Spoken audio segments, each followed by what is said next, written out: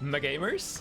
Alrighty, so crossover 2025 is done, as far as Strive is considered at least. Hope you all had fun watching that, and of course, congratulations to Peter for the first place. But now, it's time for a slightly different kind of competitive matches. If you're wondering what sort of event we're running here, the short version of it is that Bounty Hunters is a show match event with skill-based matchmaking happening every Sunday at 5 p.m. CEST. The name of the game is, of course, Guilty Gear Strive, and the format is first to 7 wins. The other decently popular competitive format other than double elimination brackets.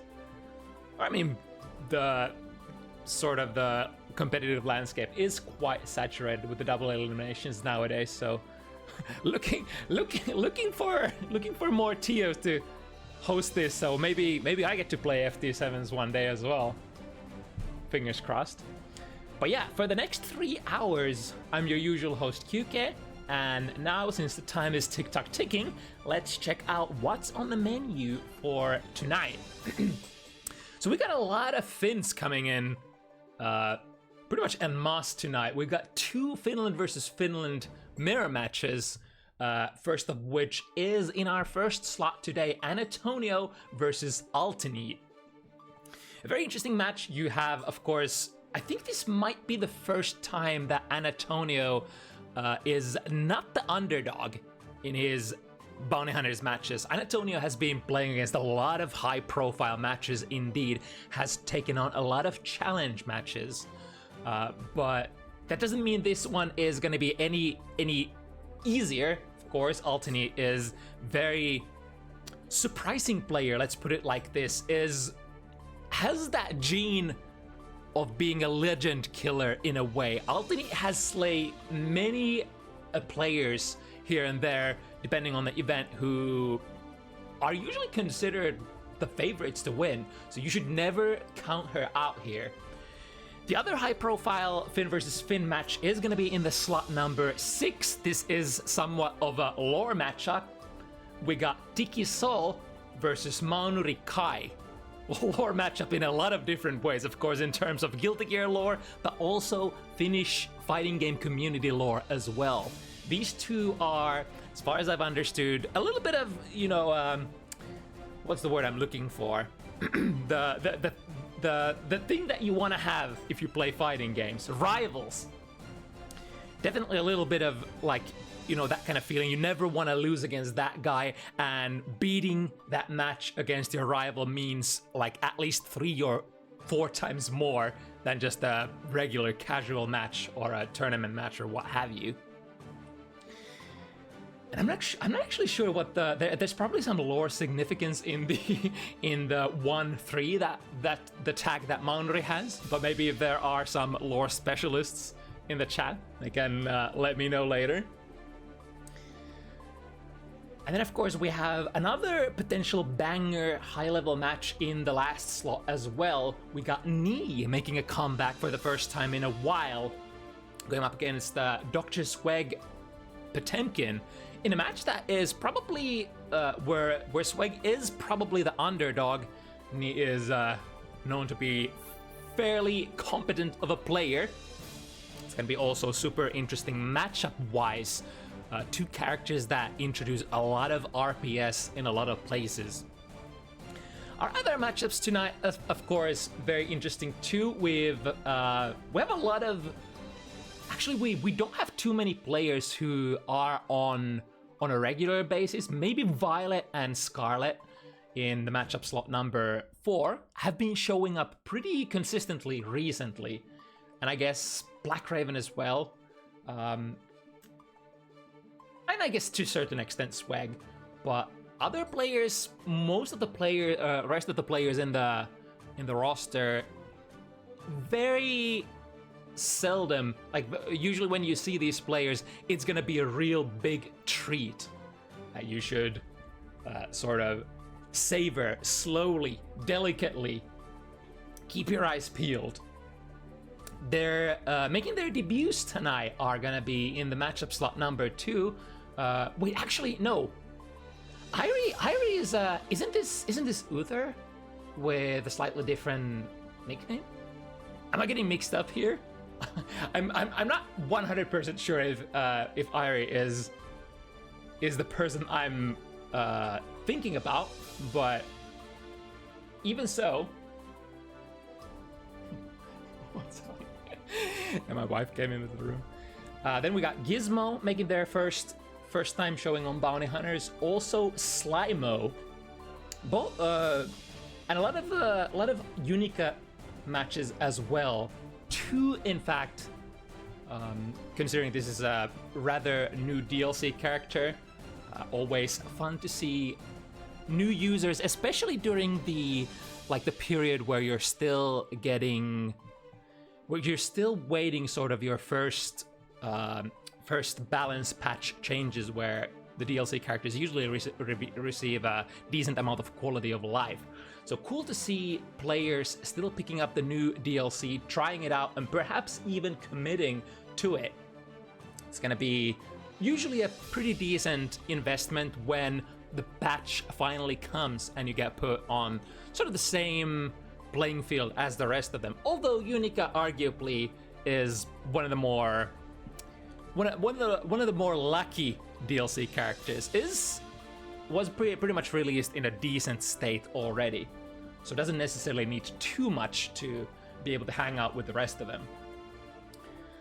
That was probably roughly all of the matches on a fast track. Let's direct our gaze to the number 1 matchup tonight, which is going to be heavy hitter in a lot of different ways. So ULTINEET and Annatonio, both very popular players to sort of cheer on, especially if you are from the Finnish fighting game community. But I think both of them have made name outside of Finland as well. Give me a short moment. Let's call our players to the playing field.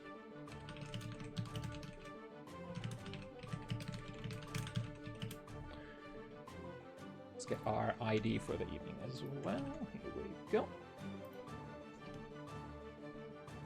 And then we can concentrate on prepping our hearts and bodies for the spectacle that is gonna be ensuing in a couple of minutes. So as far as I heard ULTINEET spinning the story, it's there's 2 possible scenarios how this could go. Either some days it's gonna be fairly even, but some days there are gonna be off days for ULTINEET and it doesn't go so well. Of course, praying for the former rather than the latter. There are a lot of surprise factors when it comes to ULTINEET Nagoriyuki. You can never count this character out, you can never count this player out either. It's gonna be super interesting how it's gonna go today. ULTINEET is one of those players who, I have a feeling that is riding sort of the feelings and the momentum a little as well. So if she starts feeling, not confident in herself, it can go sort of south really fast. But I'm sure both players are feeling it right from the get-go. Nothing to feel bad about yet. First RPS situation, nice backdash into a 2k conversion. Annatonio chooses to keep the opponent in the corner, invest that 100 tension, finding a 2D, not a counter hit though, so switching sides with the axe kick into a throw. Giovanna is one of these good characters who can always threaten because of her really fast step dash. You always have semi-unreactable throw from even really far away.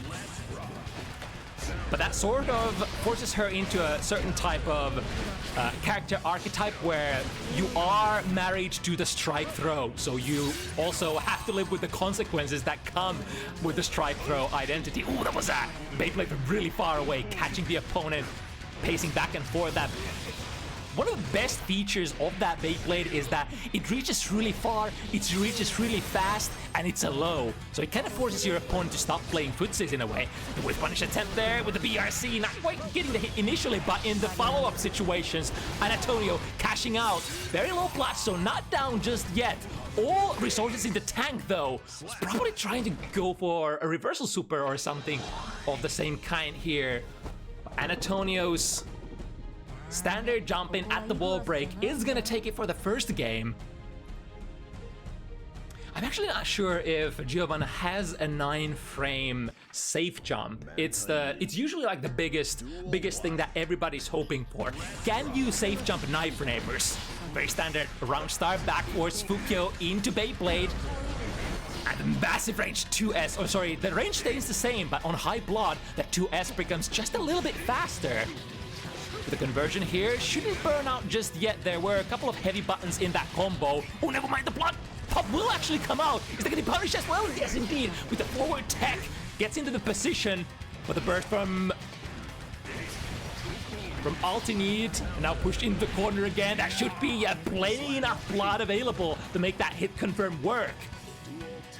Did cost ULTINEET a little bit of that burst resources, starting with the Beyblade once again.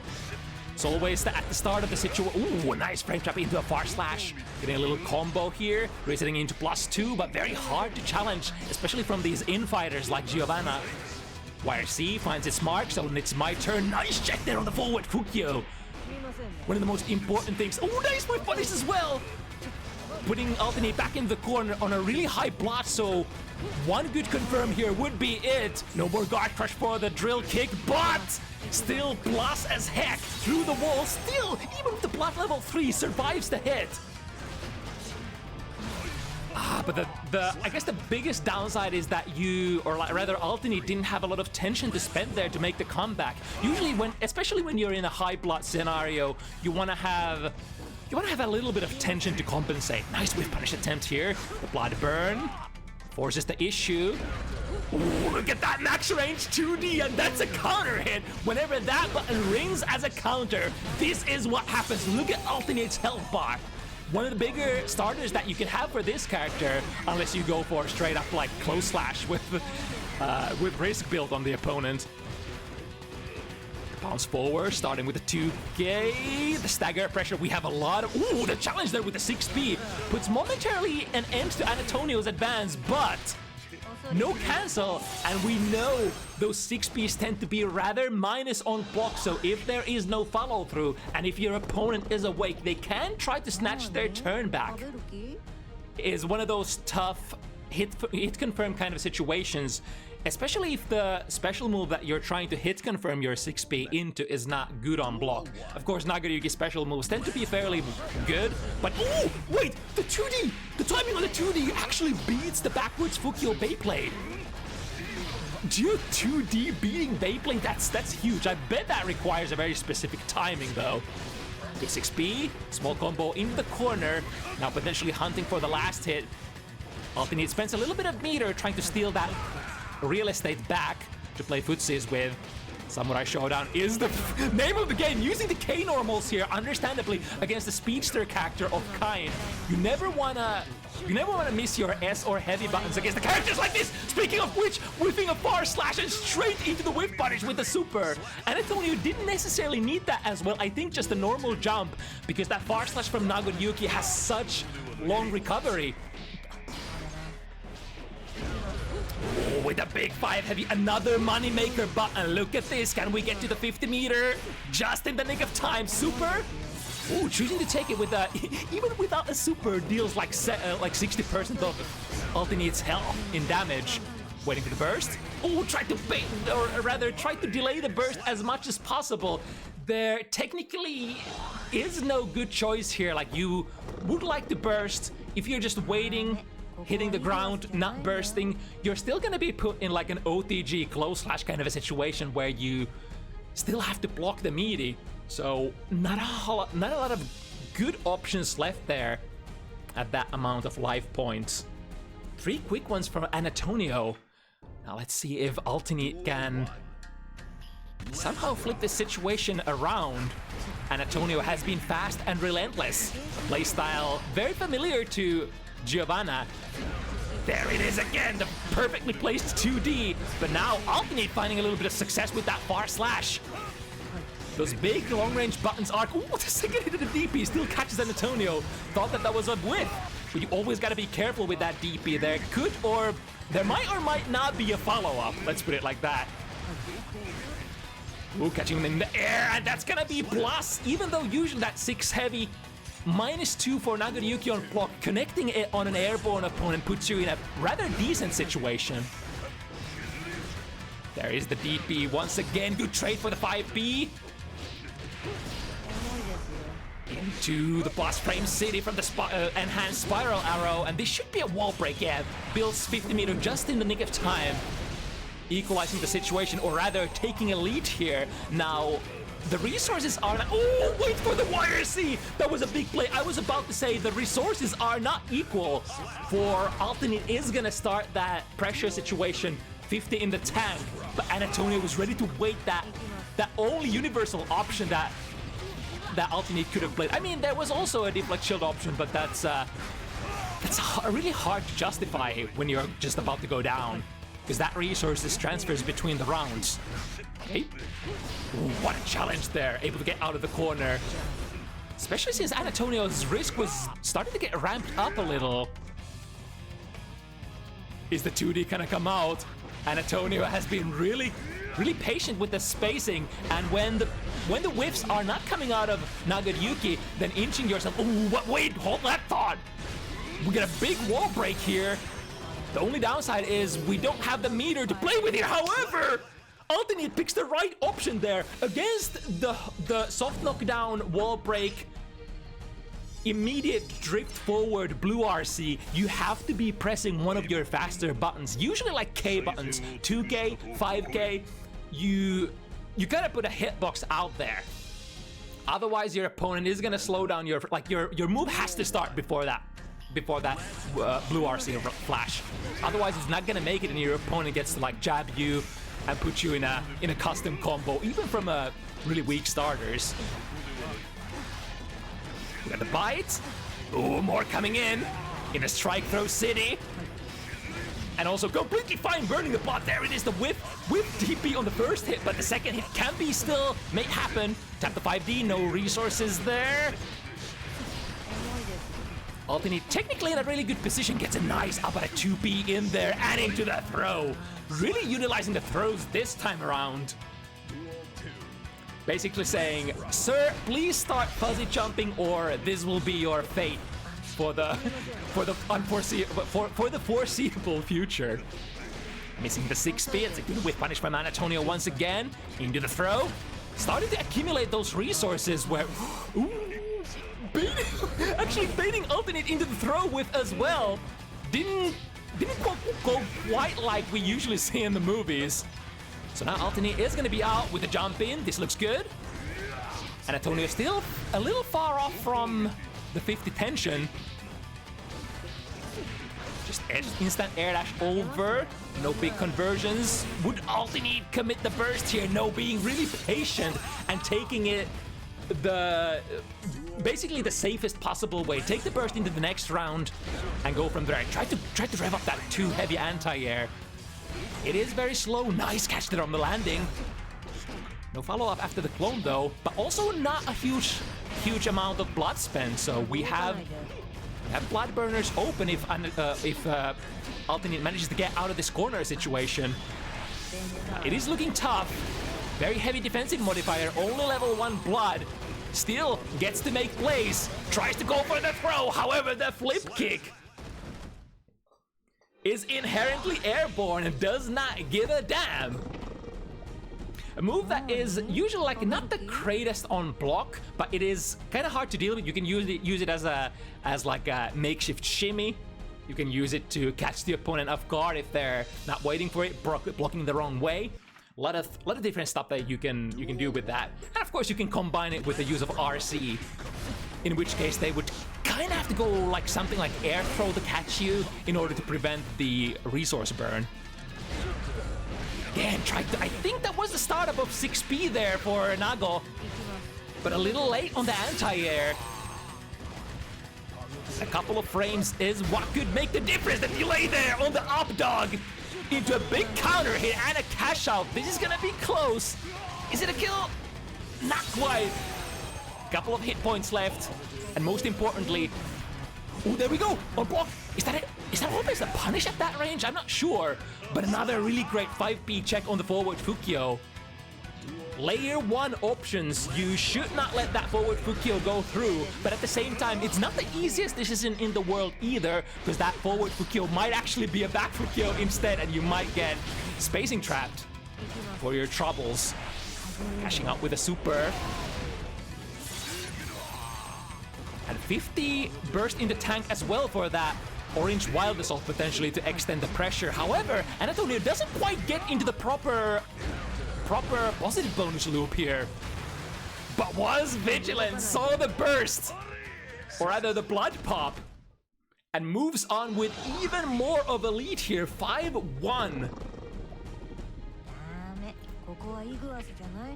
The classic play there would have been to rush forward, get blood popped, and then maybe take a hit during the blood rage into one big super hit confirm and lose it all. But Annatonio, of course, vigilant as ever. Always keep your eyes on the opponent's resources, and don't get scammed out of your wins. Very patient this time, waiting for the empty Ooh, okay. Being really patient, waiting for the throw whiff and then punishing. Bursted by a little bit of real estate, but Annatonio positioning himself really well. Always in a position to make those whiff punishes happen. If you're facing an opponent that plays like this, it's really hard to justify pressing those super good buttons that, you know, Nagoriyuki is used to pressing. Even throwing out something like Beyblade can be a huge risk if you're not quite in the range of, yeah, in this kind of range of Giovanna. And she backdashes so fast that it's really easy for her to create the distance needed to make a lot of those special moves with. So help the plot situation. Take the 5D into a blood burner, I assume. The wall gives away just a little bit too early, but I mean, there was no hard knockdowns to be had for ULTINEET there in a long while anyway. 100 meter in the tank. We have the natural defensive and offensive modifier activated for Geo. Just a forward dash 5K into backdash BRC mix-up. That should be it, right? Especially with the 50 meter empowered finisher. Annatonio, surgical in his advance. Every single button, most of the buttons that haven't landed have been whiff punished. It's a character that is very hard to play against, especially if you're used to being the character that sort of forces your momentum at the start of the game. Once again, forced to use those K buttons, where they are a little bit safer on whiff. Yeah, but that button definitely is not 6P, a huge commitment. Still, does not get stuck in the corner. In fact, breaking out the BRC. Ooh, but Annatonio with a good jump out. Avoids the bite, really big one. Life situation is rather even. Not anymore. That takes half of Annatonio's remaining life. Look at the whiff punish attempt again. How many characters make this look like just trivial, everyday kind of thing?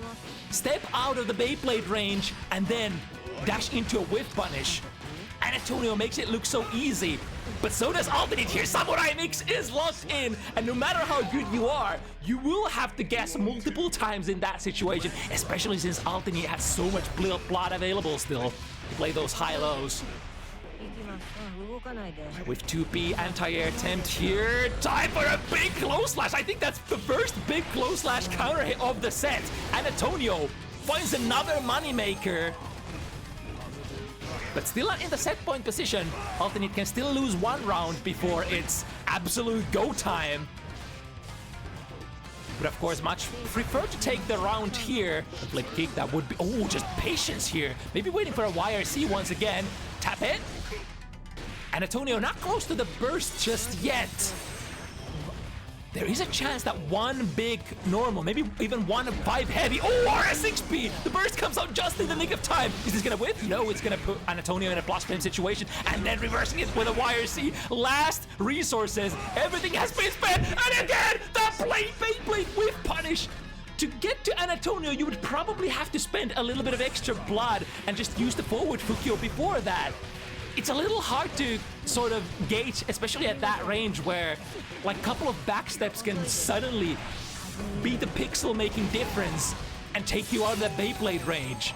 Annatonio, smelling blood in the water. Deflect shield works out. Ooh, but the fuzzy jump out of the throw and straight into a super cash out. Last guess, maybe? No, wants to play footsies instead. Here comes potentially the comeback from ULTINEET. Big combo, we have blood available as well. We are going into the neutral situation though. You have to get it right. You have to guess right here. We have meter to force it. Close slash into another close slash. Annatonio says, enough of this shit. I'm gonna get rid of the risk as well. Samurai Mix coming in. Can you guess all of it? Stands up on the overhead, but at the last moment had to block probably one more. Look at the blood. There's literally nothing left. ULTINEET betting the farm basically had to go for it. That was probably your highest chance of survival, highest chance of just taking the round there without letting Annatonio play. And maybe potentially at the last mix-up spot. Annatonio did guess right for one of those high-lows though, stood up for the second hit of the DP, I believe. But then I think the second mix-up spot was where Annatonio stood up again and got caught by another low. Yeah, it's really hard. The situation is not threatening in terms of damage, but the power of the samurai mix-up basically comes from being a last hit gambit when your opponent just doesn't have any life to spend and you're just looking for one more hit. The FRC low. Annatonio not getting caught there. Alright, not ready to go through the wall just yet. Annatonio did have the 75 meters, spends it on blast frames. However, no fear on ULTINEET side, going for the throw. Now what can we do without a tension bar here? Reversal comes out. Would that punish the 2D? No. Recovers way too fast, and the close slash starter is gonna be enough once again to put Annatonio in a set point position. Lots of burst to spend here for Annatonio as well. So getting into an offensive position would be nice. There's the back Fukio into a 2K. Oh, just double dash in. Staying rather even. Now ULTINEET entering the high blood territory where, ooh, nice switch on the sides. No anti-air there. It's a little tough on Nagoriyuki, who has slightly below average startup on his anti-airs. Look at the close slash out just in time. I think Annatonio was trying to rev up the spiral arrow there. It's not gonna be enough though, even with the wall break. Here comes the super hard knockdown, nevertheless. And now ULTINEET with a full burst bar goes for the blue kind. Annatonio could go for that air super. That's been one of the ooh, nice backdash out of the OVA. That's oh, but again the fuzzy jump out. Annatonio has been so good with that. Was eating a couple of command grabs earlier into the set, but then majority of them, especially in places where it counts the most, like at the end of the rounds, Annatonio was so good at moving out of the harm's way, moving out of the throws. Reach. Finishes it 7-2. Not like a super unexpected result as well. Annatonio is one of our top competitors in Finland for sure. Definitely top 8 material in most of our domestic tournaments when all the hard hitters show up. So definitely no shame going down to this behemoth of a Giovanna player. And we proceed with the show. For now, we are taking a step back and moving into the rookie and the intermediate matches, out of which the first one is gonna be first of all, it's gonna be a unikar matchup. where Ayre, is it Ayre? Ayre? I'm not sure about the preferred pronunciation here, but Ayre Unika gonna take on Simppi, who is very famous for cruising between different characters, loves to play a lot, and I think it's a little bit of a case of like all the characters are cool, what should I pick kind of situation for Simppi. It's gonna rock Kai tonight, so a weird kind of domestic violence kind of matchup here. Blast from the future.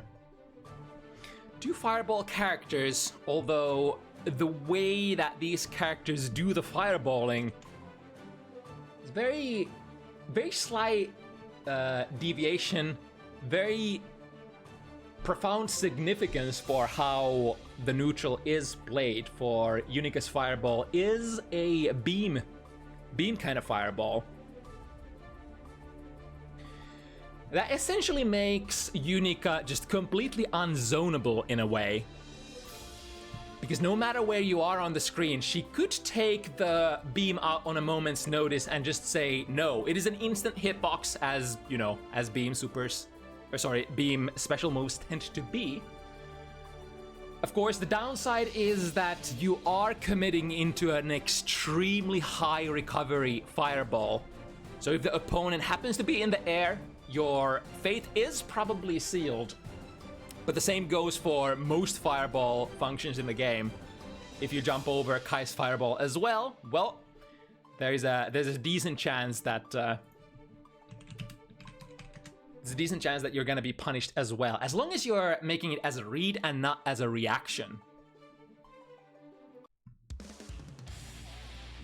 Yeah, two very standard kind of characters going to war here.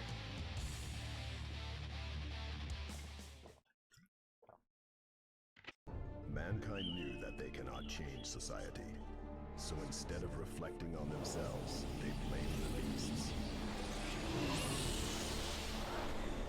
And Kai is definitely one of my favorite characters to spectate, play, cast overall, other than Asuka, because whenever Kai is on the screen, there is a good chance that a lot of neutral is going to be played, and neutral, in my opinion, the spice of fighting games. There is definitely a little bit of a lack of neutral in Guilty Gear Strive that is extremely snowbally, extremely, you know, sort of set play kind of video game once you do get to that wall break, in a way. Ooh, nice air dash out of the corner. There's the beam coming into play. It was a great fast check. If the opponent is on the ground, they will probably have to block it. DP comes out, another really difficult kind of tool to deal with for a lot of players, especially since it's the kind of DP that you have to know a little bit about. There is a gap between the first and the second hit, and you usually want to crouch under the second hit. Forcing the pressure, both players kind of dry on the meter. Ooh, just goes for a red stun dipper. Huge risk. That red variation of the stun dipper for Unika is extremely punishable, basically like a DP on block. Oh, but Simppi finds a hit. One more. It's a the red dipper actually ends up anti-airing. Kiss family curse where your jump-ins are just generally not very deep at all. I think Unika is a deviation from that formula a little bit, because she has her jump heavy especially. Who goes for a DP that's maybe punishable from that range? Good trade for Ayre as well. Keeping the opponent in the corner. Ooh, going for that DP again. I think the general idea or the backbone of the Unika pressure, if you can connect with your S. Oh my god, just dash in into Megadeth Buster. That was definitely a read and a half. Bet the farm there. Starting with a bar slash. Into Empowered Dipper. Your trusted old, you know, works in pretty much any kind of situation. The only kind of situation where the bar slash dipper wouldn't work is if you connect it. Ooh, but hold that thought, that's a counter hit. Even the red variant of the Greed Sever is gonna be able to comboed into a combo from an air hit counter hit. Going under once again. A lot of aggressive interruptions from Ayre's side. which would require your opponent to respect a little bit. Still anybody's game, finds a 2D. A good old close slash would be good here, but the player scoring the close slash is actually Ayre from a defensive position. I think that might have been a misinput there for Simppi, getting that DP out in a position where you probably wanted a fireball instead. Maybe? Question mark.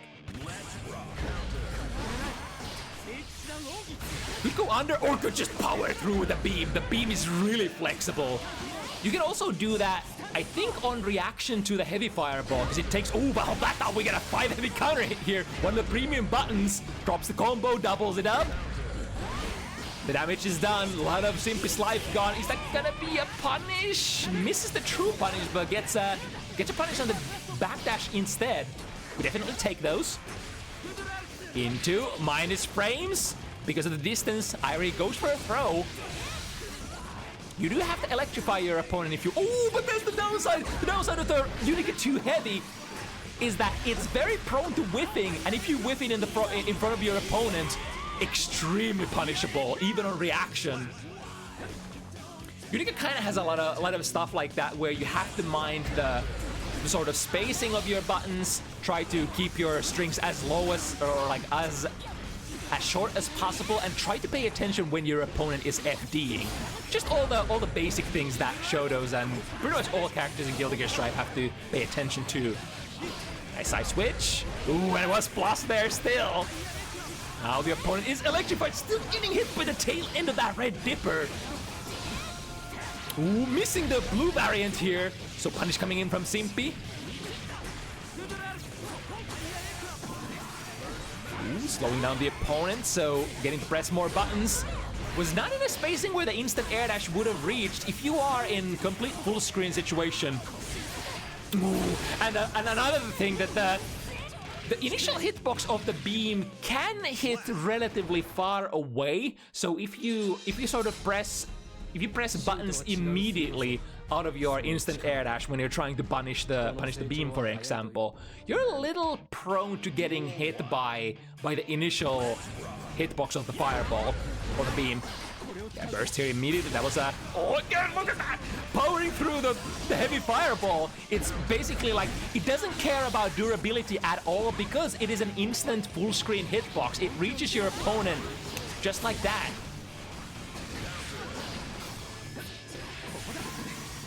Ooh, is there a combo still here? No. Drops it. Unikar going for the DP. Both players going for a throw whip here. Stun dippers meeting. Although, in case of Kai, that thing is 5 frames of startup. Or is it 7 frames nowadays? Something like that. Still, one of the fastest slide moves in the game. So Unikar will have to probably slightly plus if you want to contend with that button. Or press it way before Kai presses that neutral if like both players want to go for it. Good reaction here, DP. The only downside of Unikar DP is that it pushes the opponent really, really far away. Tries to fully charge 5D, but Simppi backdashes out of it without too much trouble. There's the punish! Ooh, but no follow-up.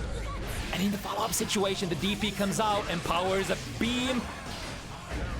And the Unikar DP also sees a lot of use as kind of, ooh, well, the Megadeth Buster actually hits post-splash. I think Simppi had already committed to the button. Plays a couple of fakes here. All of these 6 heavies do put Unikar in the Arbalest state, which kind of threatens even stronger kind of fireball, but you don't necessarily have to commit it.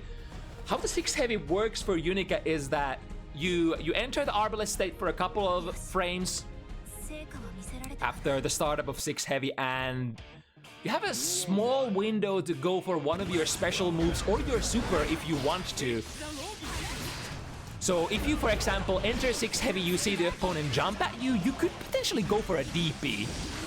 And because of how Unikar's DP works and how it pushes you so far away, it's actually, in a lot of cases, not very punishable either. So there's like nothing really the opponent can do if Unikar wants to anti-air DP you if you're just jumping at her.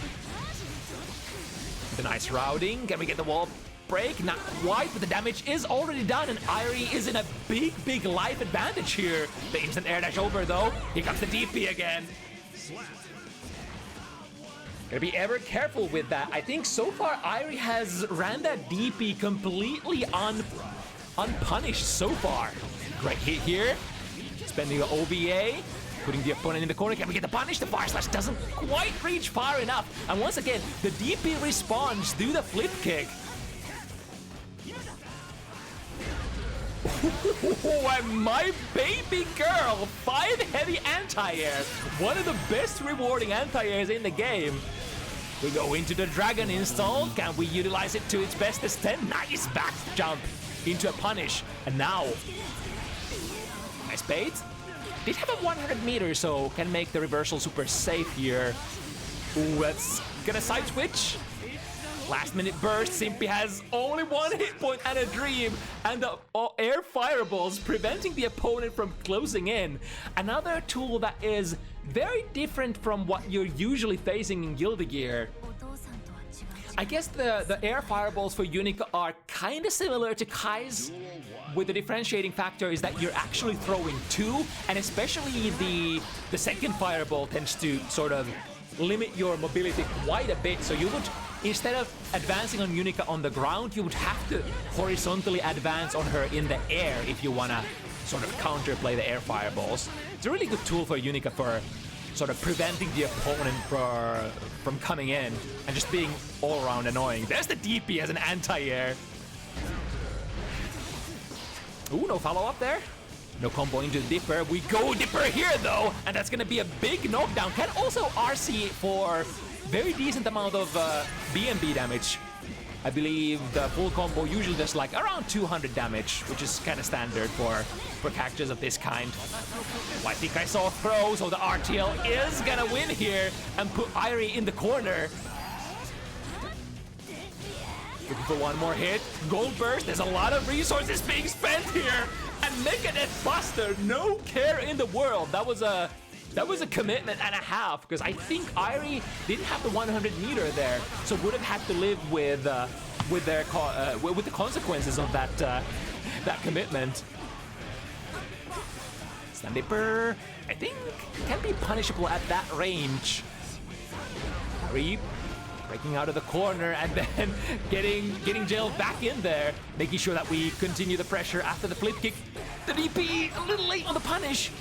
It is very slow on recovery, but you gotta be careful. The second hit reaches really far, so unless you have your timing perfectly right, you might advance on the second hit of the DP and get accidentally hit by it, which is like a bane of a lot of players' existence, and why I think a lot of players actually hate playing against Unika, because of the sort of reaction and the knowledge check of how the DP works exactly. Going for the air fireballs once again. Yeah, it's just impossible to advance on. Pushing the turn, looking for one more hit. The low 2S meaty is gonna be what finds it. One of the sort of safer buttons for Unika to press. Her buttons are like fairly good, kind of like Kisk family seal of approval kind of buttons, but the downside is that she is a little bit more whiff punishable than her brother or her father here. So there's innately a little bit more commitment when you press buttons at neutral for Unika. Once again with the air fireballs, both players trying to find an opening. Too heavy there, big whiff. Jumps out of beam once again. That's almost a perfect trajectory. Took a little too high of a jump. Was probably trying to go for like a neutral-ish jump and then react to the beam. The 5 heavy, putting Ayre in the corner, getting frame trapped. The neutral jump is punished on the landing. -3. A very, very late PRC, very Kai-like sequence as well. We see that Stun Dipper, very late drift forward PRC from Kai fairly often, which sort of prevents the opponent from pressing a button. Oh, that's gonna be a punish though. 2K 2D was probably the sequence that Ayre wanted. Got 2K 5D instead. Looking for one more hit. The D for Kai, very blossom block. What is that? 5D whips. Ooh, no. That is quite whip punishable. Starting with a red Greed Sever here. Ooh, can we get the punish? Yeah, that's a forced counter hit into the standard BNB routing. Half of your life gone, making sure that we get the wall break. I think if you want the wall break from that distance, you would usually have to do like Kara special moves, which requires a little bit of extra effort for the routing for Unika. The Kara special moves generally tend to give a little bit of extra corner carry on your opponent. Ooh, missing the DP, quite the punish. Again, the window is at the same time fairly forgiving, but also can be a little tight if you're late on your forward dash. Gonna finish it with RTL, hard knockdown. This is a good spot. Be careful of Ayre's resources though. 100 tension, super PRC could be a thing. Starting with a DP instead. Oh, that's not gonna go under. I thought for a moment that Unika's slide would actually be able to slip through, but no. I guess the hitbox of that super fireball is a little too fat. Counter hit, no hit confirm. Glancing on the opponent again. I think the timing on the jump in and into the Gatling button's a little tricky here. Let's see what Ayre can do with this. Finishing the BNB. And looking for potentially one more hit. Luke goes for an empty low here on the Oki. Punish on the gold burst. Oh, tried to go for a throw. A little late on the OVA. But still, oh my god, the second hit catching and then chaining into a fully charged 5D. Can we finish it? Yes, indeed. Even if you're pressing one button, it is enough. Especially since the finishing, sort of the, what's it called? Is it the finishing blow? Yeah, the finishing blow of the fully charged 5D sequence is extremely damaging. It's kind of akin to like the last hit of the wall break, where you get a guaranteed amount of damage and positive bonus and force a pseudo hard knockdown. Alright, this time a really nice angle on the fireball on Simppi's side. 5 heavy into jump D. Nice, the back jump once again. That's the same kind of counter strategy that works against all of the Kisk family members. Kai, Sin, Unika. Neutral jumps and back jumps into just a very late button on the coming down phase. If you see them slide at you, works against all members of the family really well. And they're not too competitive either, especially if you're like neutral jumping or back jumping instead of forward jumping. -3, what are we gonna do? Just taking our turn here, buying real estate, switching sides. Now Ayre potentially boxed in the corner, gets grabbed out of the landing frames. The DP comes out and followed up by the full screen sweeping beam once again. Ah, beam, my beloved. Let's see what we can do with the -3. 5 PPP, although whiffs on a crouching. Tried to go for a really delayed DP. I kind of like that. To add a little bit of extra range into the jump in. Didn't work that time though. There we go. Ayre has been super good at reacting to those flip kicks with the DP. Finds a low. No hit confirmed. -3 once again. One really popular kind of RPS option is you slam them with the blue slide on Unika's side like this and then do a DP. Or you could use RC as well and take your turn if you have the juice to spend. Dangerous before the 2 heavy ones again. 6P is the option this time. Ooh, I think I see Michael's sword variant from Unika. That's gonna be completely cleaved by the RTL. Jump over the heavy fireball, and I like the use of jump D. The air fireball of Unika's there to maintain your, or rather to stall your air momentum so that you're not gonna fall into the heavy fireball of Kai's. Can we get a punish? Yes! Yes! The holy grail of Unika matchup! We got the punish! We got the punish finally! That's what we need. If you punish every one of those like that, the momentum is definitely gonna swing in your favor. Don't let the Unika players get away with it so easily. Catching up with the stun dipper. Had the juice as well to make sure that we are in a favorable situation, even if it lands on block. Wasn't bonus comes online as well. Ooh, this is so good for Simppi. That actually combos into a kill. Everything is pointing out at the moment that Simppi could have a really reasonable comeback here, especially after seeing that DP punish. Because I think a lot of value has been wasted on Simppi's side so far, just being a little too late on a lot of those punishes, especially on the supers and the DPs. All right, time to cash out. Wall break inbound. Let's see if we can whip punish with the DP on that 6B. Oh wait, that was between the DP hits there, because I thought I saw Ayre do the anti-air DP again, but there is like a little bit of a gap between the first and the second hit. Fighting with the last sliver of your life bar. That's a really good hit. Aerial close slash counter hit. Baits the DP. A little late here, but pressure is guaranteed. Wall break. Soon gonna be 50 tension here. So close to making the comeback. Time to steal it. Am I right? Both players waiting and the fully spaced fireball. I think because ended up trading into the 2K of Ayre's, was basically putting Simppi in a perfect distance for a little bit of a spacing trap fireball there. And looking for the last hit with the fireball is a pretty good prospect, I would say, when the opponent is on their last hit points.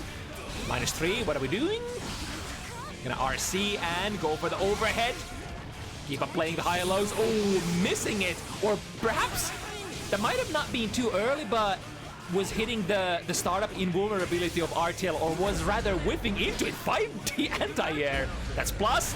Opponent is electrified, but a little bit too close. There has to be at least a little bit of distance between you and the target if you want to finish your... Wait a second. The durability, does the durability actually count when the beam is interacting against the super?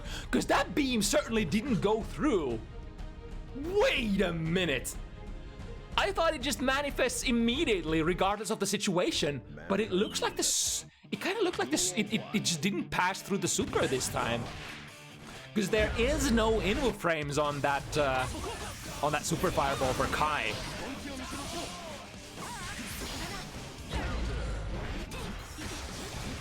Far range hits, dialing into -3. No worries, especially if you don't press any buttons afterwards. There's really no way that the opponent is ever gonna punish you. The only punish you would probably receive if the opponent goes IB on all of your slide hits, which is not really feasible. Side switch into. Missing the last close slash pickup there. But working with a really nice position here. One more hit. The wall is very damaged though, so there is a world where you get a hit and the wall breaks a little too early. But now, 5D. Even jumpy could be a kill here. Oh, that's something similar. There's a mix of jumpies and jump Ds here. Simppi pulls it through. Good on Simppi for just picking a simple combo. Anything was gonna kill in that situation. Even if you press like jump PP and finish it immediately, I think. Oh, that should be a punish. Yeah, it's a 2K 2D, and we burn. Time to move the opponent into the corner. Spend the wild assault as well to try to guarantee the wall break. Overshot a little. Nice, still a punish there with a 2S. Over the head of the opponent. Get RC here. Tries to 5D again. This is gonna be a hard comeback for Ayre. Basically, overshot a little. It's kind of what happens very commonly with all the Kisk family members. If you have too much juggle, if you have too good of a hit and there's not enough gravity decay, a lot of your slides could actually end up just sliding under the target and just switching sides, which could end up in a tough situation. Big 5-hit counter hit here again. Yeah, cashes out perfectly. And we're gonna try to force the wall break. Doesn't quite get Kai close enough to the wall to do that though. Now Simppi trying to escape the corner. Brave dash 2K 2D. And has equalized the situation. The late tail end of the Simppi actually ends up clipping Simppi. Both players with the DPs missing on each other. Oh, here we go. No dash cancel though. Even if the preferable follow-up for the 5 heavy counter hit is usually too heavy, you can follow up with 5 heavy as well and then dash cancel it and still make the combo. Let's see, Simppi gonna steal it. Oh, that could be it, depending on how optimal the combo is gonna be. Not quite. Last hit point, hard knockdown, baits out the deflect shield with the backdash shimmy. Ability to call out both a reversal throw as well as a DP, as well as a deflect shield, and a gold burst. That kind of backdash shimmy does sort of give away a lot if your opponent does respect and doesn't do anything, but it also calls out so many different kinds of options. No anti-air trade into, oh my god, making the RTL whip work there on the trade. I really like transitions like that. When you are in a scramble situation and you're like, okay, I think my opponent is gonna press buttons, so let me just DP immediately after, or better yet, just slam that super.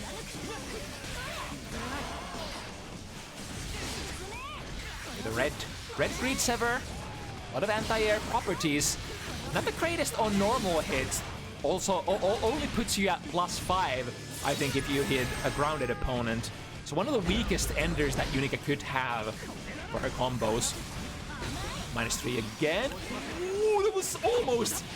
There was a reality there where Ayre perhaps detects the sees the frame goggles detect the startup of the YRZ, but really tough kind of thing to do. Oh, but this Stun Dipper is punishable. I think that was not a true punish, but still catching Simppi doing something other than blocking there. Yep, +5. So only resets back to neutral. Nice bait there on the burst. Ayre in a really good position.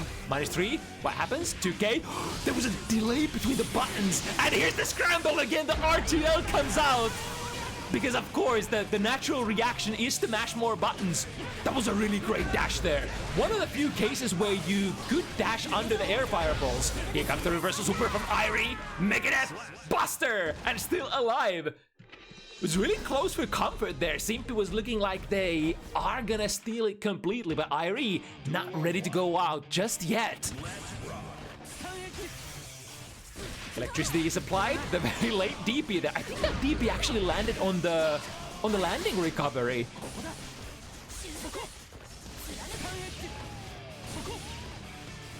It's an interesting prospect, yeah. Kai does have a lot of, ooh, but lands straight into the 5 heavy counter hit. And Ayre has been pretty good at sort of connecting with this very standard BMB. If you want to have one combo down from unikar's toolkit, that is the one. The 5 heavy counter hit one. And I guess you're like far / into a Stun Dipper, but you know that's basically like ABC special level kind of combo, so no execution requirement whatsoever. The spacing there, just outside of the throw range of Simppi. Starting with a Stun Dipper, counter hit, so those hits are gonna combo into each other, or one another. Really have to mind the angle, or rather which air fireball you use here as Kai, the heavy or the S version. So they do have different kind of trajectories. Plus frames, that's a huge amount of plus frames. Have to RC if you want to be safe here. Ooh, still ready for the punish. Yeah, the red slide, the red sledge, extremely low or slow on recovery. Is that RCing? Yo, that's a punish. That's a punish. Yeah. Not only is that horrible or like not very great on hit, but completely terrible on block. And Simppi so close that directly doesn't quite connect. Sending the beam. It's dangerous if your air fireball arc does not connect as Kai from full screen. You might face a situation where you get beamed by unikar landing. And the RTL works wonders once again, putting Simppi in a set point position. This could be the one. Ayre started with a lot of confidence early into the set. Here comes beam, manages to jump out again. Or finally. In a lot of those situations, like unless it's a completely meaty beam, there is really no way for unikar to keep you grounded. You can jump out of most beams, if you will. DP once again. No slide on the far //. Yeah, in a situation like this, you probably don't want to dial into the slide, but instead keep sort of at the neutral game and be like minus a couple of frames. Good anti-air DP. Catches the backdash with the red slide. No dash cancel there for the 5 heavy.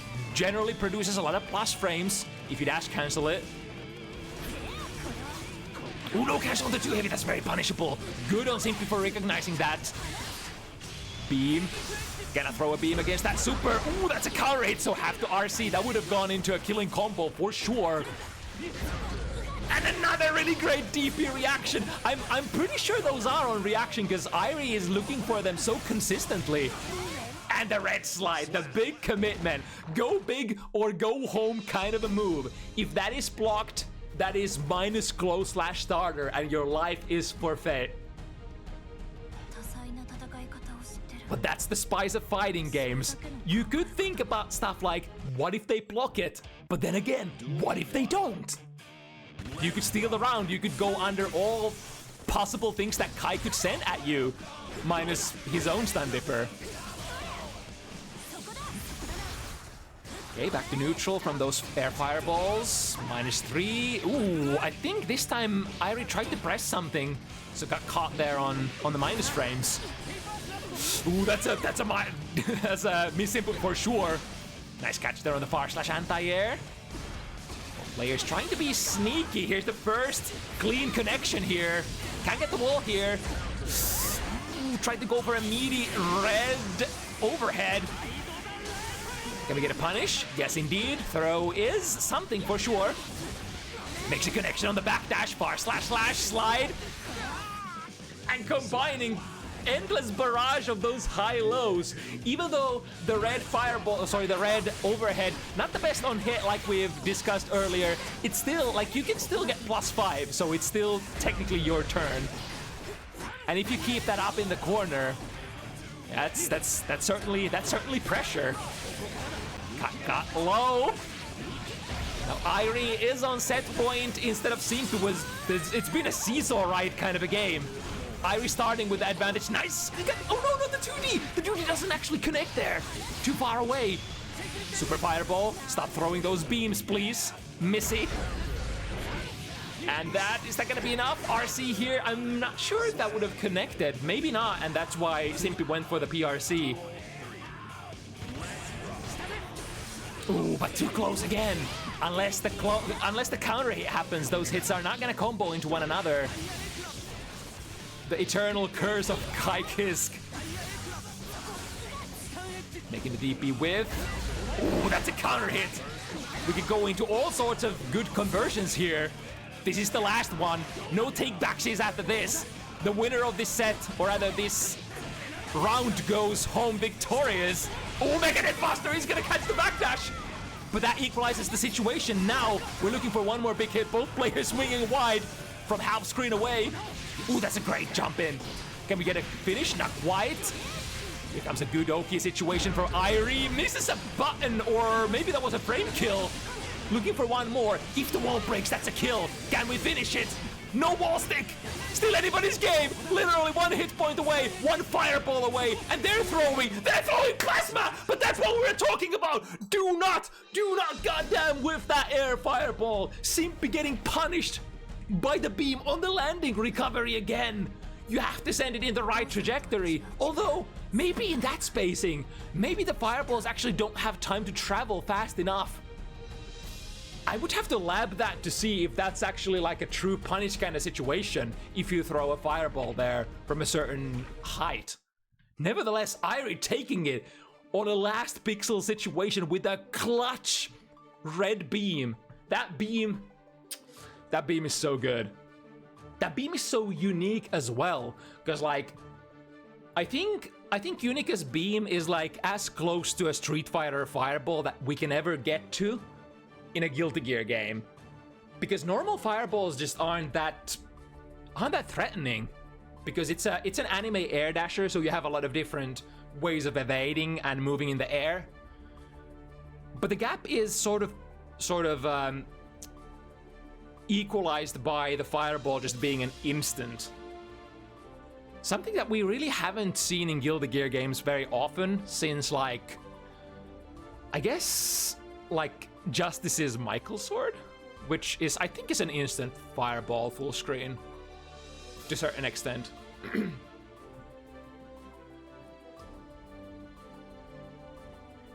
All right, next one is gonna be Gizmo versus Unikar. Gizmo's or is it first showing? Let me check.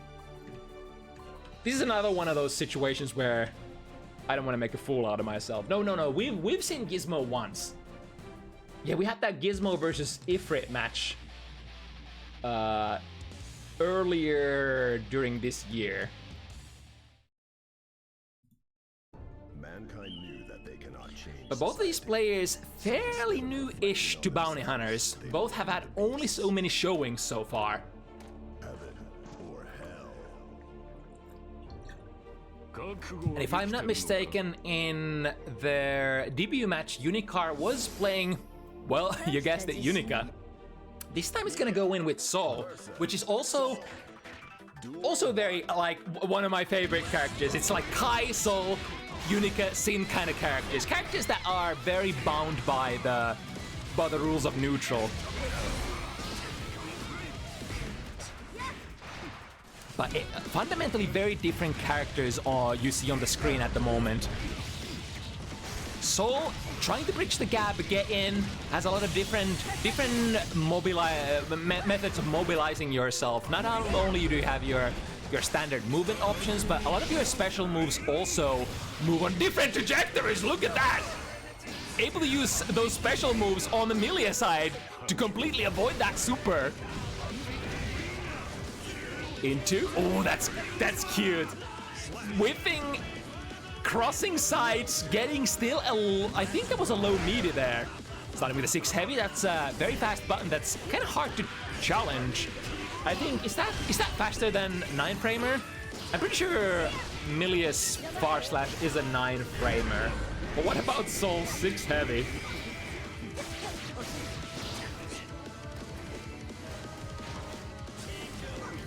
Very evasive here. Fairburn finally finds the hit from a neutral jump slash. Tried to go for a throw, however, Gizmo wakes up with a 6 heavy, putting yourself airborne immediately, I think. Especially since you have that 5 frames of throw invulnerability on your wake up, allows you to start up things that would, you know, put you airborne in the first couple of frames. It's a very cute way of avoiding the throw. Both players sending it right from the get-go. And more, Orange Wild Assault straight into the command grab. Does do quite a lot of damage, especially on Milia. But the downside of the wild throw for Sol is, of course, you do forcefully switch sides and you don't get the best Oki. So it's kind of like a cash out option. You could of course RC it, which makes it all the better. Speaking of cashing out, we go through the wall. We have 50 where from that came from, and a dangerous proposition there. Have to guess something. Guesses with a throw. That time it was wrong option, unfortunately. Ooh, no cancel there on the 2D, so the DP works out. Quickly to the other side, close slash baits it. Oh my god, the basic Milia stuff. There's a lot of places where you can actually bait the burst as Milia, because like close slash goes naturally into a really nasty pressure reset. You could argue that you are giving up some pressure, especially if you landed the hit. But I mean, if you really want to force hunting the burst, then you know you're not losing too much value. Look at that clean air throw. That's absolutely something that you have to do against Milia, especially the Capel, which kind of makes the hurt box disappear from her legs while she's airborne and hopping on that rose. Clean air throws are like one of the few things that you can do against that, because you can't really strike into it very easily before the rose manifests. Speaking of the throws, looking for one more. YRC, get me out of here! Goes for the throw too early? Wait. I think that's a rare case of like, because you are +10 guard crush from the YRC, so I think because of the extremely close distance that the players had there, Gizmo just went for the throw a little too fast. Nice 2K2D, which will get you a meaty disc, one of your favorite ways of starting pressure. That basically makes it so that you don't have to gamble on holding the opponent still, which is especially useful against DP characters. if you get heavy disc setups from something that doesn't allow your disc to be meaty, then you would have to meaty yourself, lest your opponent might just jump out or backdash out or something similar. And if you're trying to hold them still, well, you're technically vulnerable against the reversal DP. Once again, the back jump, jump slash. Trying to be as slick, as mobile as possible and defend your space and defend space in front of you at the same time. With the 6 heavy trade there on Soul's fast buttons. YRC, can we get out? 2K connect, but nothing after that. Ooh, caught them with a close slash, landing behind. That was landing recovery, I think, as well. There are just so many different kinds of situations in Guilty Gear Strive where you can aim for the landing recovery, and where aiming for the landing recovery is actually one of your hardest hitting options. Not a safe jump this time. The winger will get Gizmo out of it this time. And this would be a really important one for nice backdash, make that 6 heavy whip, and that button whips for a very, very long time, so gives you ample enough time to dash in and get the punish of your choice. Throw out the corner. It's an opportunity potentially for Gizmo to escape. Is there an escape though? Unikar keeps the pressure really tight. Look at that risk. Gizmo really doesn't want to get hit here, especially since you don't have a burst yet to cleanse all that risk. That was one of the newer changes that they made in some of the modern patches, where they gave a little bit of an out for people who have their risk gauges blinking and are ready to take a counter hit. If you burst, it basically just completely clears your risk, which of course is very nice. Ooh, that actually didn't cross! I bet Unika was ready to block to the other side, so that will put Gizmo on board. The air mobility trickiness is what Milia is made of, after all. Started with a bringer. Will we punish the far slash? The function of the bandit bringer for Soul is usually to try to sort of predictably skip a hop over a stronger grounded tool and try to punish them while they are still recovering. In a perfect situation, in a perfect world. To the other side once again. One player's looking for the clean hit. That is clean if I've ever seen one. Meaty disc into a clean conversion. We have 100 here. Ooh, Gizmo had the right idea. He was trying to take the burst, but the timing didn't quite align this time. Ooh. Whose throw it is? It is Unika with the back throw. Wall break here would be big. Misses the 2K. Link into the DP, or rather Gatling into the DP. That would have certainly wall-stuck the opponent. I go for the DP once again. The S-Kind looking for one more hit. Betting the farm, but I mean, it's a premium time to gamble with your DP when the opponent has 0 hit points to spend and you have 0 as well. Setting up the disc once again. Deflect shield, really good option. In fact, there's a lot of option selects where, like the Unika side, sorry, not Unika, Milia side has a lot of. Oh, what was that? Waking up with a Grand Viper.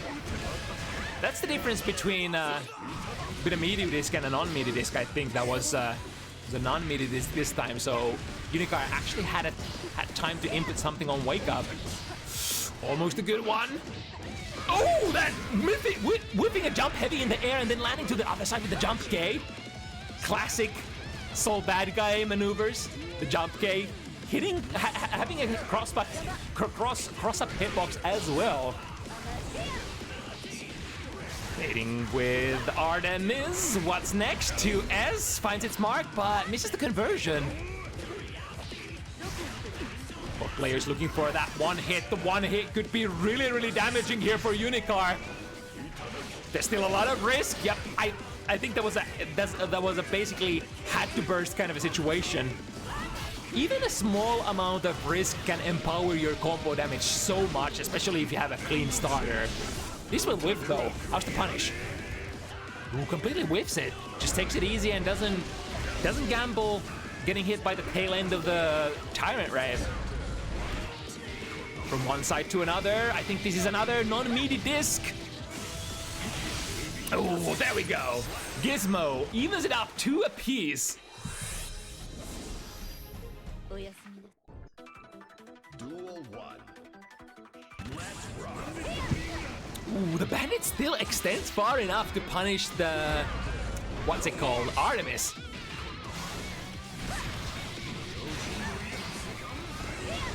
Ooh, speaking of extending stuff into it.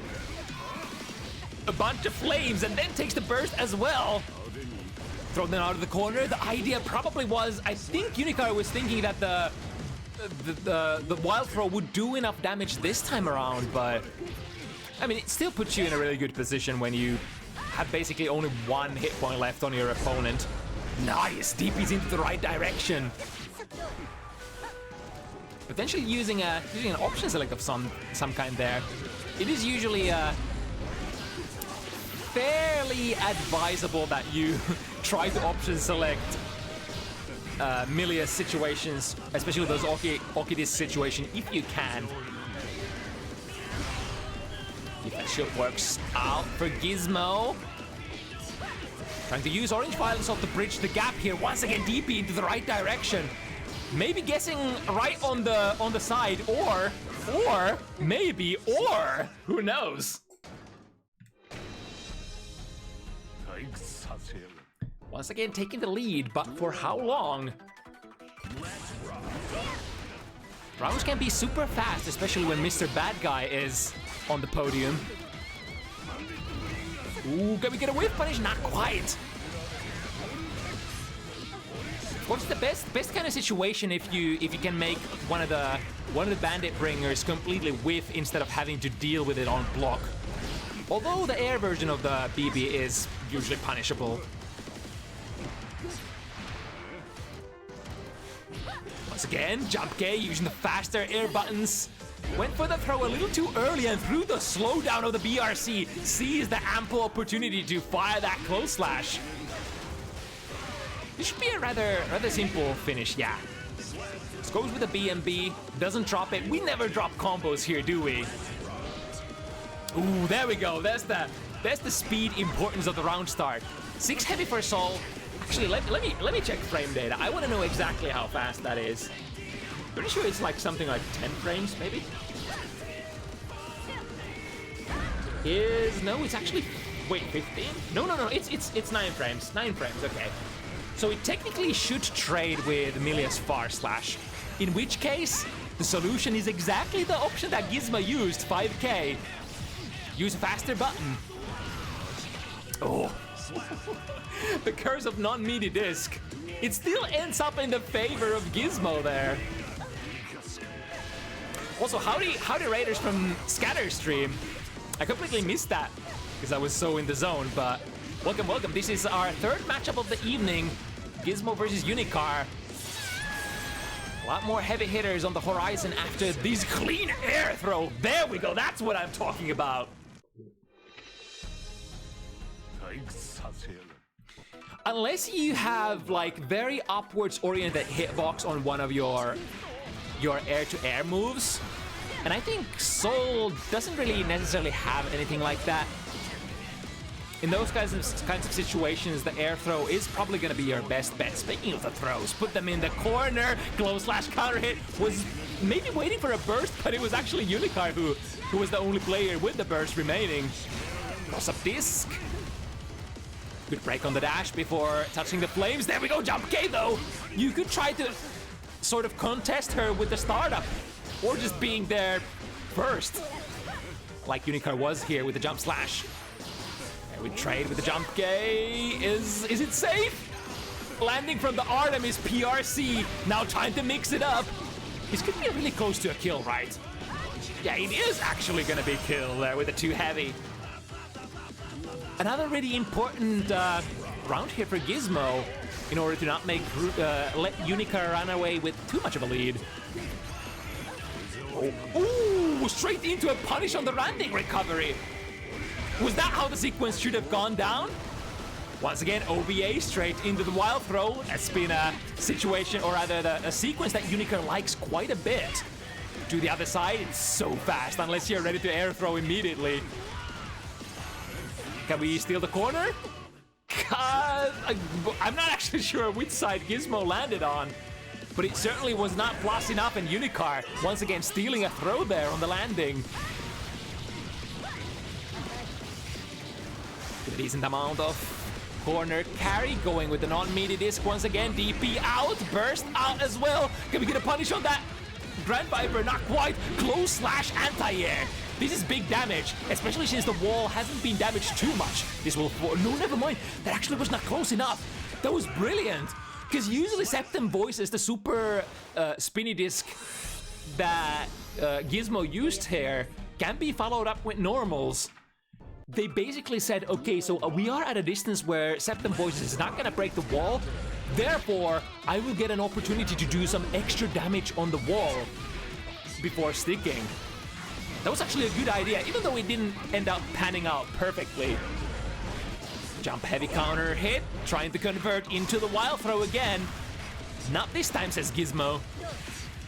Ooh, but speaking of those air-to-airs, if you want a button that has massive amount of horizontal range in the air, look no further than Milia's jump slash. One of the harder buttons to challenge in the game if she's spacing herself out. That's a close slash. That is a close slash and a half. And due to the fast movement speed of this character as well, it's really... Oh, that thought we get another close slash anti-air. Setting up the meaty disc, foregoing a little bit of the damage and not taking the wall break in favor of the set play, which is usually what these kind of characters prefer. Can we get a button in there? No, the 2S already active, or rather close enough to. Once again, jump K, interception here. Jump D would have been a really big one. But Gizmo able to break themselves out of the corner. Oh, speaking of the close slash, far slash cancel was not fast enough. Are we there yet? Not quite. 2P into S disc. Get out of there. Can we steal it? Gizmo has the meter advantage, but once again, unikar goes airborne. Challenges with the fastest possible button, jump B. Not a whole lot of conversions, but in that kind of situation, when you're hunting for the last pixel, that's the optimal kind of button to press. Safest, fastest, does it the best. Ooh, trying to be really sneaky here with the FRC throw. All right, YRC can get you a meaty disc here. Both players spending a lot of resources in order to try to make the opponent's pressure not start. To the other side, nice. That time it was spaced enough. There we go. Blocks the cross up DP again. unikar has been hitting with that so many times, but still, despite that DP block, not getting the round, it is usually gonna be the disc that hits the opponent as a starter, right, in that kind of situations. So you don't have your best starter to work with. Ooh, yeah, I could feel the pain coming from that anti-air close slash potentially. Wanted to burst immediately, this is a good route, by the way. Damn, good stuff. And with a clean finish as well. Oh, the classic. Instant air dash from the heart knockdown wall break with a button, landing in front of them into perfect frame situations to get a throw. And the advantage with the command throw in that kind of situations is as well, I guess if the opponent times their throw perfectly, then you're gonna get thrown no matter what. But if they try to start their throw a little later, then the command throw is actually gonna nullify that. Ooh, nice Artemis. Finds a far slash as well with the use of RC. Can we get the wall? We do need the wall, I believe. We do get the wall. Perfect combination, or rather combo sequence from Gizmo. Perfect combination of buttons. Is that what they say in the industry? God, the DP still hits behind, damn. And gets clipped by the fireball as well. Oh my god, unikar has all the right tools to prevent Gizmo from moving around the screen. This time, no immediate wild throw. Ooh, that was a wild option. End the block string in minus frames, which is the new Fafnir. And then challenge with the DP. Lots of juice in the tank for unikar. And only needs one more hit! It's the pulse forward Bandit Revolver FRC. If it connects, you get a mix-up. If it doesn't, well, no worries. We have meter to spend. There we go. Good. I would say good trade for unikar for sure. Was able to sort of bounce Gizmo towards the corner while you keep the mid-screen position. Good challenge there. Ooh, can we get a whip punish? Yes, indeed. Meaty disc. Oh, unikar once again deeping into the right direction. I guess. Wait, is the? Do you not have an opportunity to block as Milia if you play the meaty disc into like a turbo fall cross up? There are just so many different kinds of setups for this kind of character, especially Milia. Lots of variations for what you could do. Kind of reminiscent of Baiken, who has like endless amount of mix-up variations from when you get like a throw.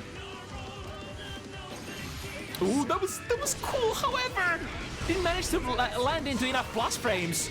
Close slash brave, but the most damaging option for sure. Into this should be good. The deflect shield doesn't do a whole lot this time around when Milia is grounded already, I think. Or does it? There we go. Cross up DP once again. Try to convert into a wild throw. Gizmo says no once again. Where's the hitbox? Both players struggling to find a hit, but at the end, the air throw sees Milia airborne. And from that frame situation, no matter what Milia does, even if you try to air dash again, even if you try to play Capel, none of it matters. You're gonna get air thrown. Gonna force the wall break here with heavy volcanic viper into big bang.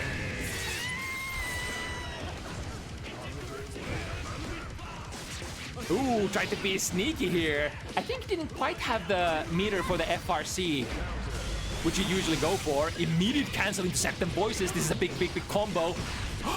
Ooh, almost delayed enough. But in the end, got clipped by the deflect shield, and then the big throw bait at the end is what takes the set for unikar. It happened so fast, I wasn't even on the same page, but unikar was just so ready to take the burst. God, these new age players, they really do be looking at the burst. Whereas us boomers are like, burst? Oh, I mean, if it happens, it happens. If I have to take it, I'll take it.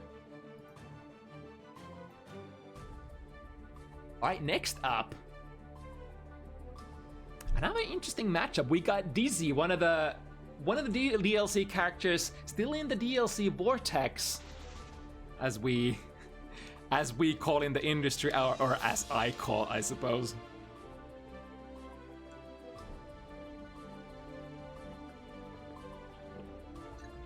Potentially getting some help in the 21st patch this month. Remains to be seen. There's a lot of uncertainty and a lot of question marks on a lot of players' minds at the moment in terms of how are they gonna balance it? How are things gonna be switched around? But at the present, we are still playing the current patch, Season 4. And the fact of the matter is that this Happy Chaos character is one of the top spot contenders at the moment.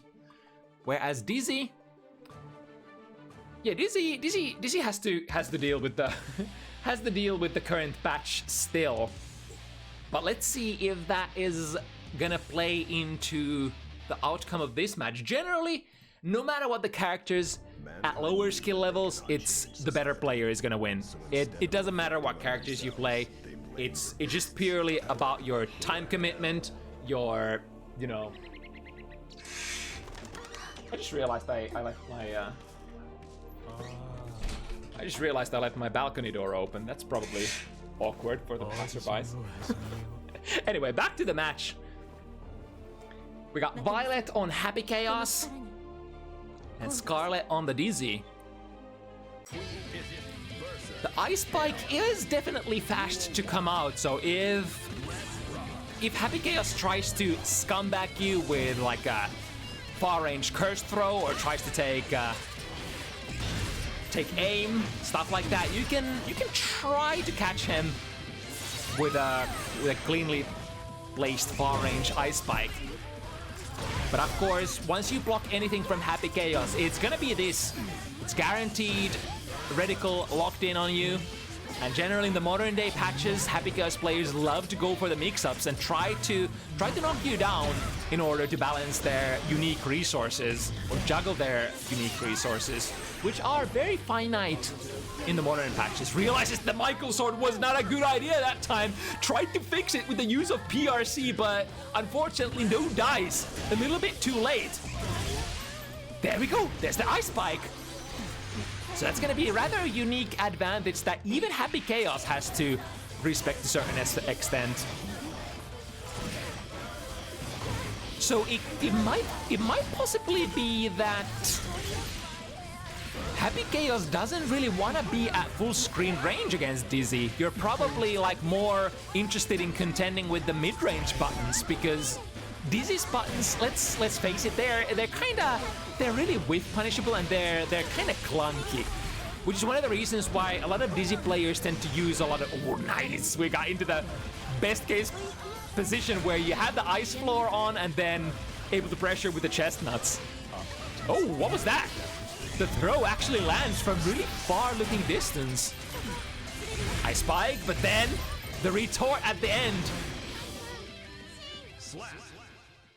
It's of course very dangerous if Dizzy goes for the Ice Spike, it's blocked, and you want to try to put the ice floor on, or the ice field. That is going to be fairly punishable, I believe, against Happy Chaos.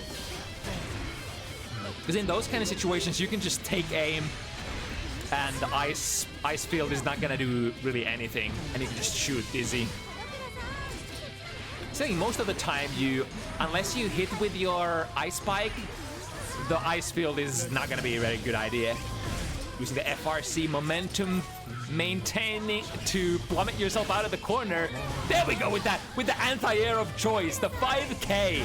They do say that currently 5K, one of the best buttons for this character, Dizzy. Got them on the backdash. The Wings of Light are going to resolve. Violet presses the universal break button YRC. It's not enough though. So you could argue that the value of the Wings of Light there was forcing the opponent to act, to take a risk in order to try to end your sequence, because those wings were gonna resolve in just a couple of seconds. And if it does, and Scarlet did have a lot of tension there as well, it would have done a lot of damage.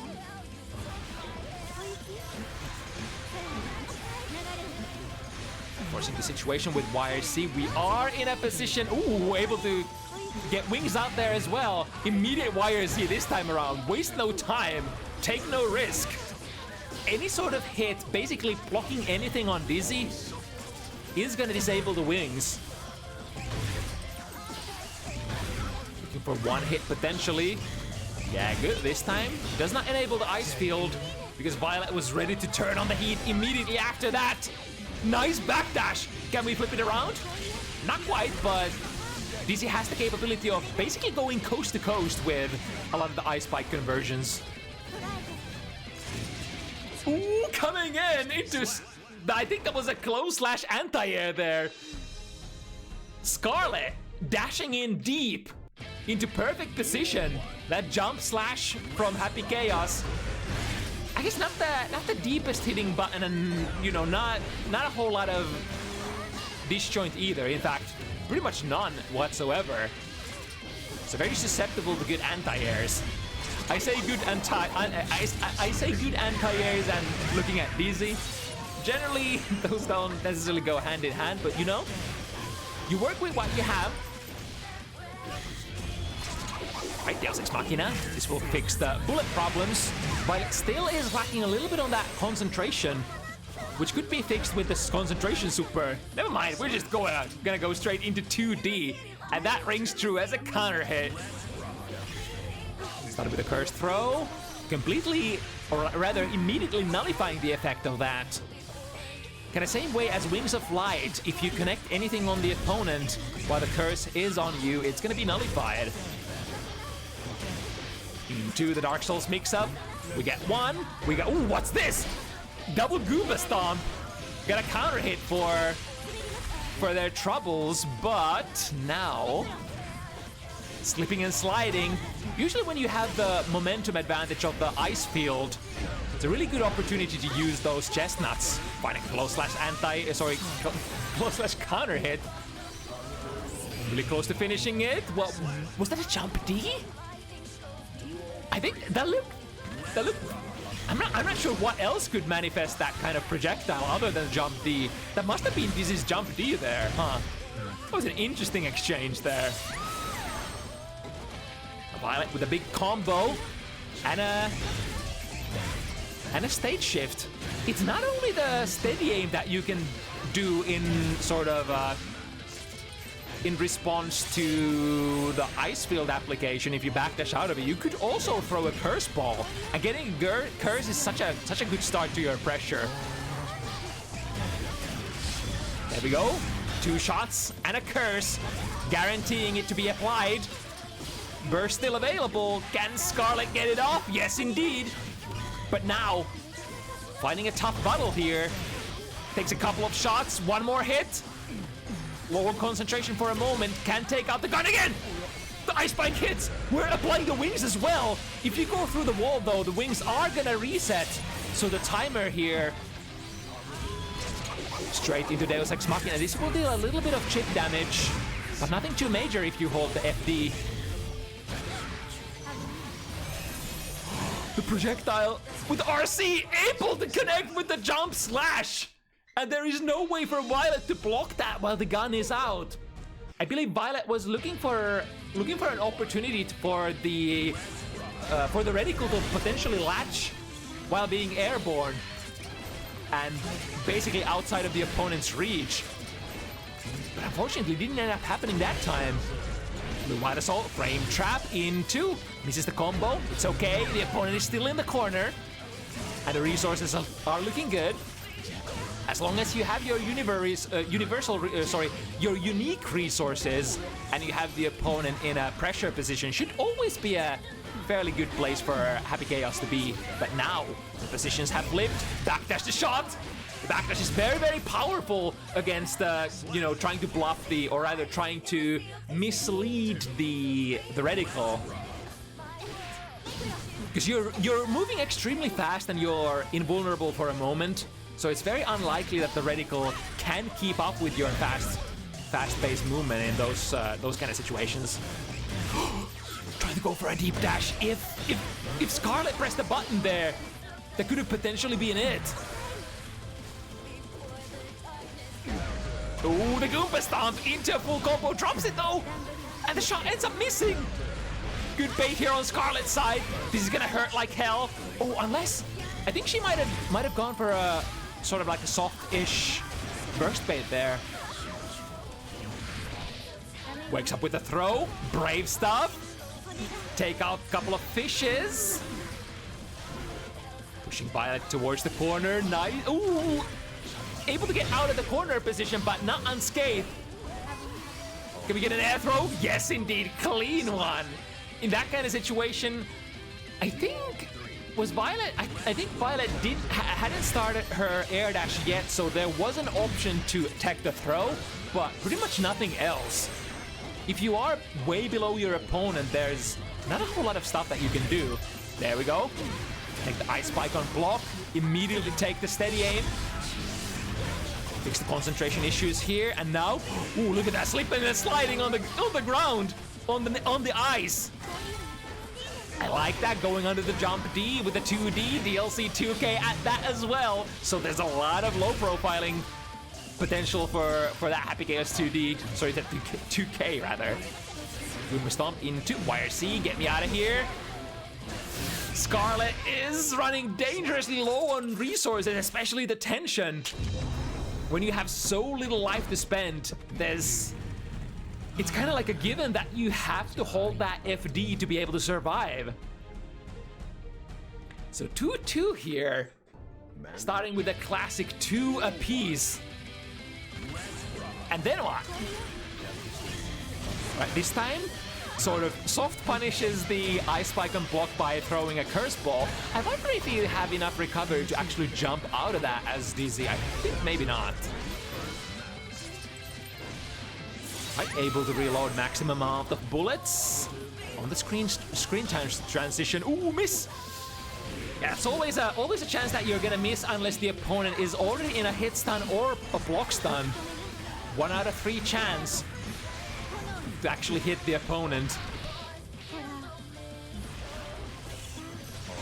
And now, good call out, goes to throw on the deflect shield, activate wings. Unfortunately, that wings, I guess, delayed, the activation delayed your meaty just enough so that there was a gap for Violet to go for the throw. Nice air-to-air into a full conversion as well. That's big damage. Ask yourself how many characters in this game do this amount of damage from air-to-airs, unless your name is like Baiken or something like that. Ooh, I like that this time, just dashing forward, predicting the jump over. See, this will be potentially the last pressure sequence. The plus frames from the chestnut, forcing the opponent to take a guess. And catching the backdash there, Scarlet. Ooh, clean shot though. This could be through the wall. If Violet wants to play it like so. Can also drop the opponent in the corner. That's a solid option as well. Running a little low on bullets. Tried to get a 2 reload there. Scarlet is like, nah-uh.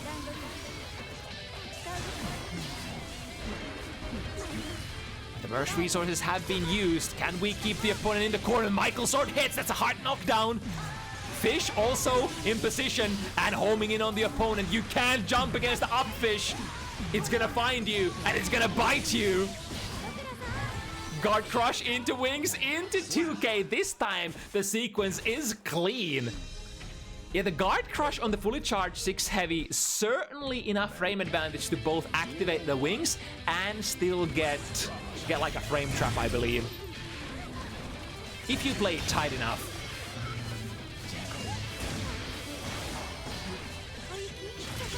Ooh, clean there.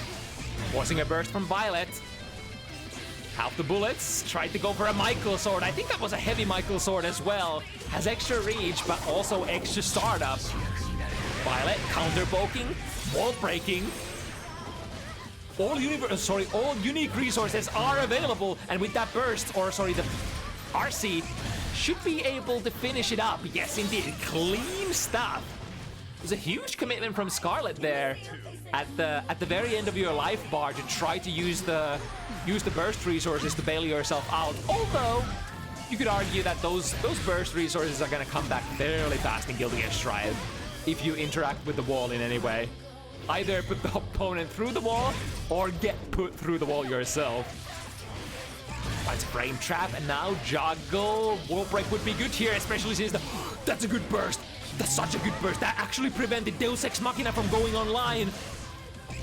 Which in turn means that Violet is gonna be on rather low bullet count here. Good trade, or that wasn't even a trade. The Michael Sword just cleanly hit here. Extremely good position for Scarlet until we got the back throw. Now no burst away out of this situation for Scarlet. Here comes the very delayed Deus Ex Machina, finally getting a reload, but doesn't even care about that side feature. For the damage is all that we need to take that round. Ooh, looking like a chess match here. 3-3. Neither player getting a decisive advantage. Clean snipe here once again. The Ice Pillar doing work, doing some pretty good work. Good trade for Scarlet. It's always really good, like, if you can interrupt the resource character like Happy Chaos from their sequence, because they're usually gambling resources in order to close in on you and get a mix-up opportunity on you. Nice, was able to take out the fish as well. Is that tight? So that was 6 heavy fully charged, guard crush, take out wings. Then did she take out the fish immediately? so fast, and a lot of things happening at once. Ooh, that's gonna be a miss, right? Can't block airborne here, which should be... No, it's a punish! It's a punish! I've never seen a Deus Ex Machina situation like that before. And the frame advantage is a little weird. In like, you almost never see a point-blank situation like that. Now wings are active. Misses the 6 heavy. Ooh, the reticle is all over the place! Especially when you're airborne as Happy Chaos, the reticle has a lot of difficulties latching. Would we burst here? No, we're patient. We're definitely patient on the Scarlet side. Taking the full burst back into the last round. To the other side, plus frames from the chestnut. Can go for a lot of shenanigans. Strike throw is an option. Both fishes out. When the up fish is out, no jump is allowed for the opponent. Uses the guard crush of 6 heavy to take out the nut fish this time. This time wings, jumps out, can we 6 speed? No! In fact, that jump slash from Happy Chaos goes into a mix-up situation. And maybe more important than that, able to get out of the corner with the roll. Nice overhead shot.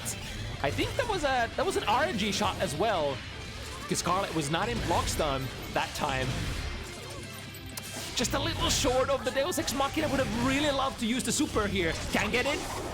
There we go. This will fully reload the gun.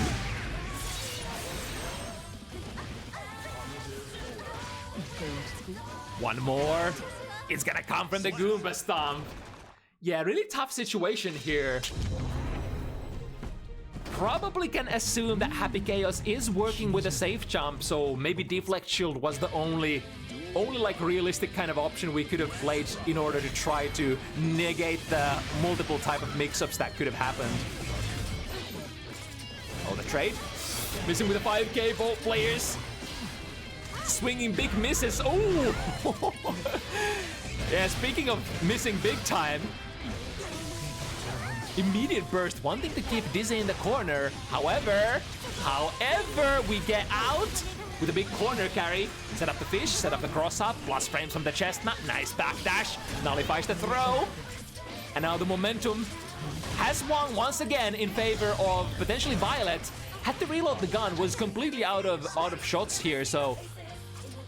Yeah, it would have not been a really good option to just break the wall on 0 bullets, so basically was kind of forced to reloading a lot and letting Scarlet take off the wall, or just reloading like 1 or 2 and then breaking the wall. Alright, guaranteed. Wait, that was not a guaranteed setup. Was it because Scarlet was so high up in the air during the shot? Ooh, nice backdash shimmy. The throw indeed comes out. The last shot misses at the end. Wild Assault guaranteeing pressure, looking for one more. Never mind, OTG is enough. Violet, from a 3-3 position, has initiated Momentum Protocol. And now once again, the difficulty is on Scarlet's side in order to try to break this ongoing snowball. Nice throw back into, set up a fish. It's kind of cool that the fish actually covered the throw with there and still put Violet in a disadvantageous position, I think. Ooh, the last active frames of the ice spike actually connecting with Violet. And now, anything is good. But of course, Heavy Michael Sword is the most damaging option to put the opponent through the wall if you can help it. Curse applied, so that means the reticle is gonna track you pretty fast. And especially stuff like whip button into gunshot is gonna become much more viable while you have that curse active on the opponent. Bullets are gonna be fixed as well. And how we mix... Huh? Wait a second, huh? Why did that shot whiff? Is it because... I think it was late, the opponent was still getting up, so you actually got an RNG shot instead. There's a lot of brawling and scrambling happening here. Blue Wild Assault into Chestnut, catching the backdash again! Big damage! Can we catch it? No, went for the throw. I think Violet must have been airborne still on the last airborne frames before landing. And then the gunshot. Unfortunate, that looked like a pretty much a guaranteed situation. Slow time with the RC while seeing the opponent backdashing. Usually a recipe for success. Activate wings, deactivate the wings instantly.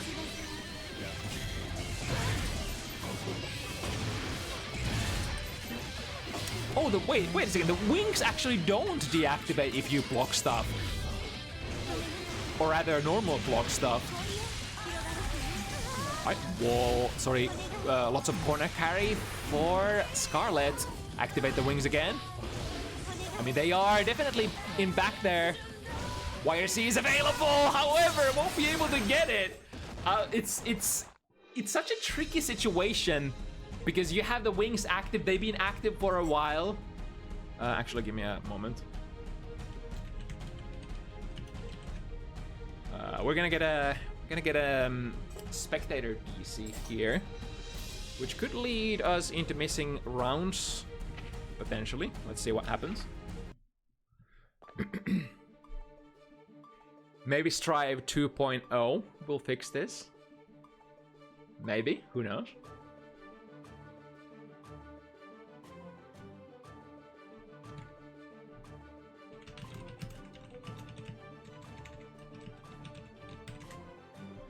And as per the recommendations of bounty hunters, if you notice that the spectator disconnects, you can choose if you want to play it out. That's always an option, or you can stand back and come back to the lobby immediately. Both options are available. If you want to roll with it, we want to preserve the competitive integrity and not break the momentum. Let me do this though, so that we can force the players back into the lobby.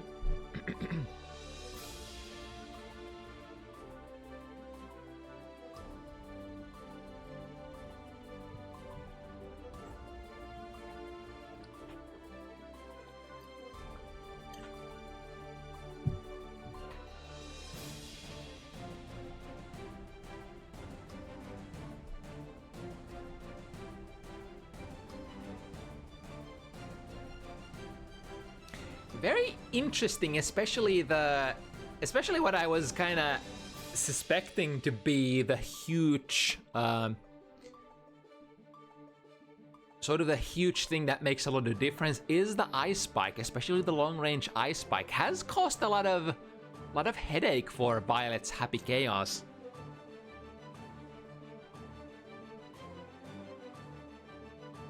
I really love in fighting games the kind of matchups where you have to come sort of, or rather exit your comfort zone and sort of learn a matchup and play slightly different than what you're used to playing, like most of your matchups usually.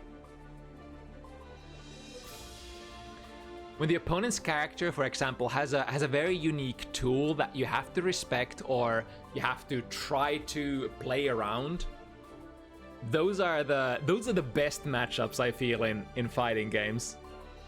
And then it's up to the players and their knowledge and their sort of studious activities, how much research they've done, have they figured out how to play against those characters and those tools that cause you a lot of that headache.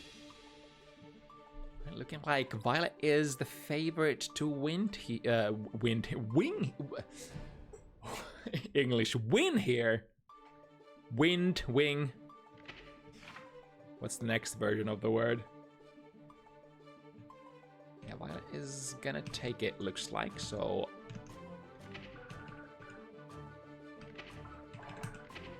Gonna move on to a 4-6 position here.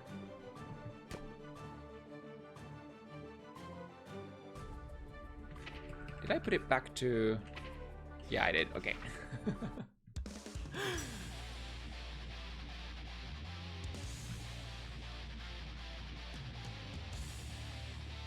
Alright, Violet needing one more to put an end to this match. Scarlet needs 3 in a row.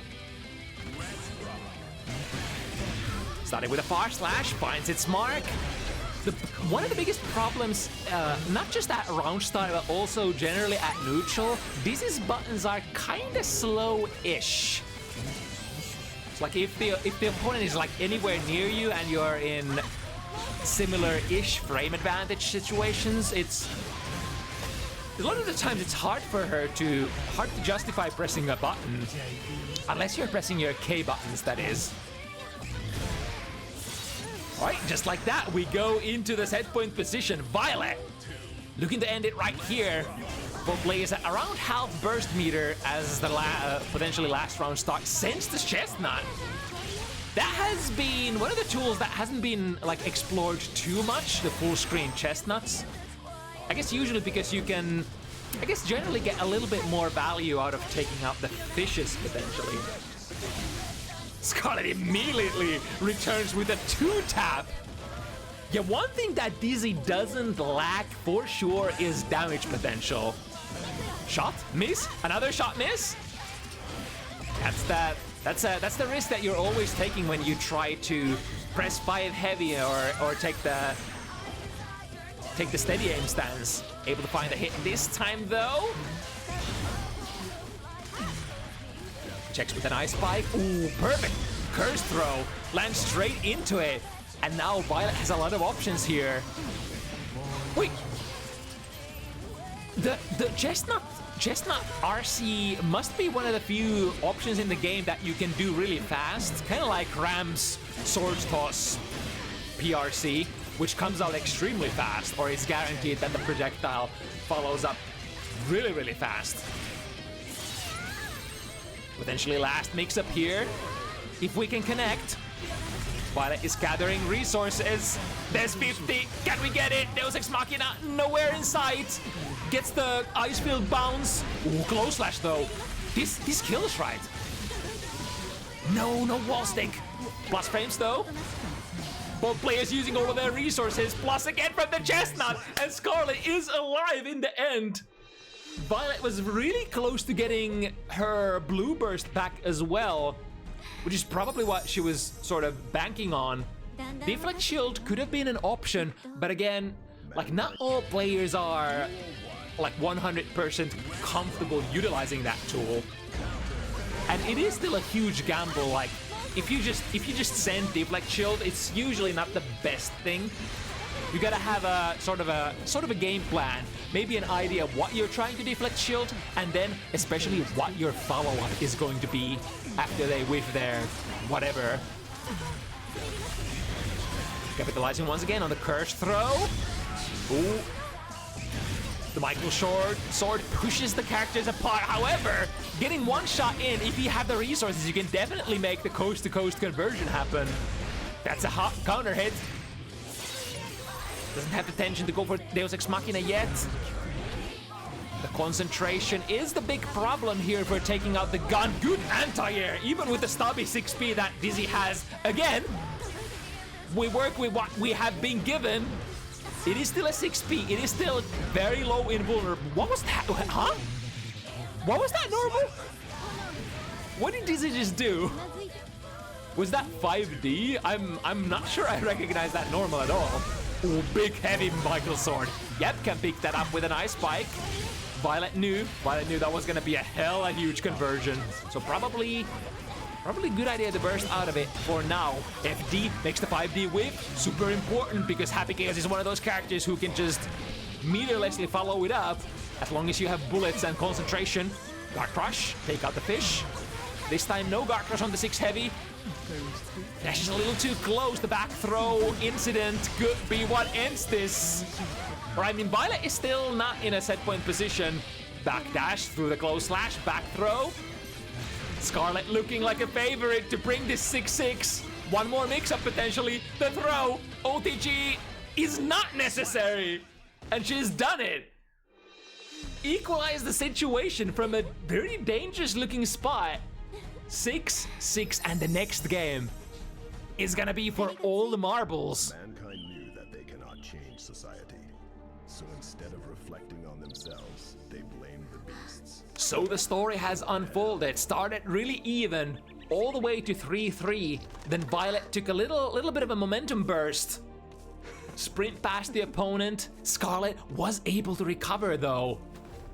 And now, All the data that they've collected past these 12 games will be culminated here on the 13th one. The fated match to settle the score between these two ladies. Who's it gonna be? 5k anti-air, dig it!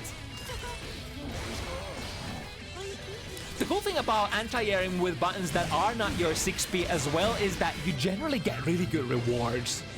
Like there's a lot of gravity decay and forced proration for 6p. But for buttons like 5b or 5k, they might have a little bit of proration, but not too much.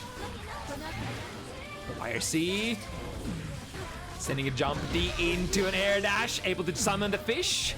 Neutral jump in case there was gonna be a throw there.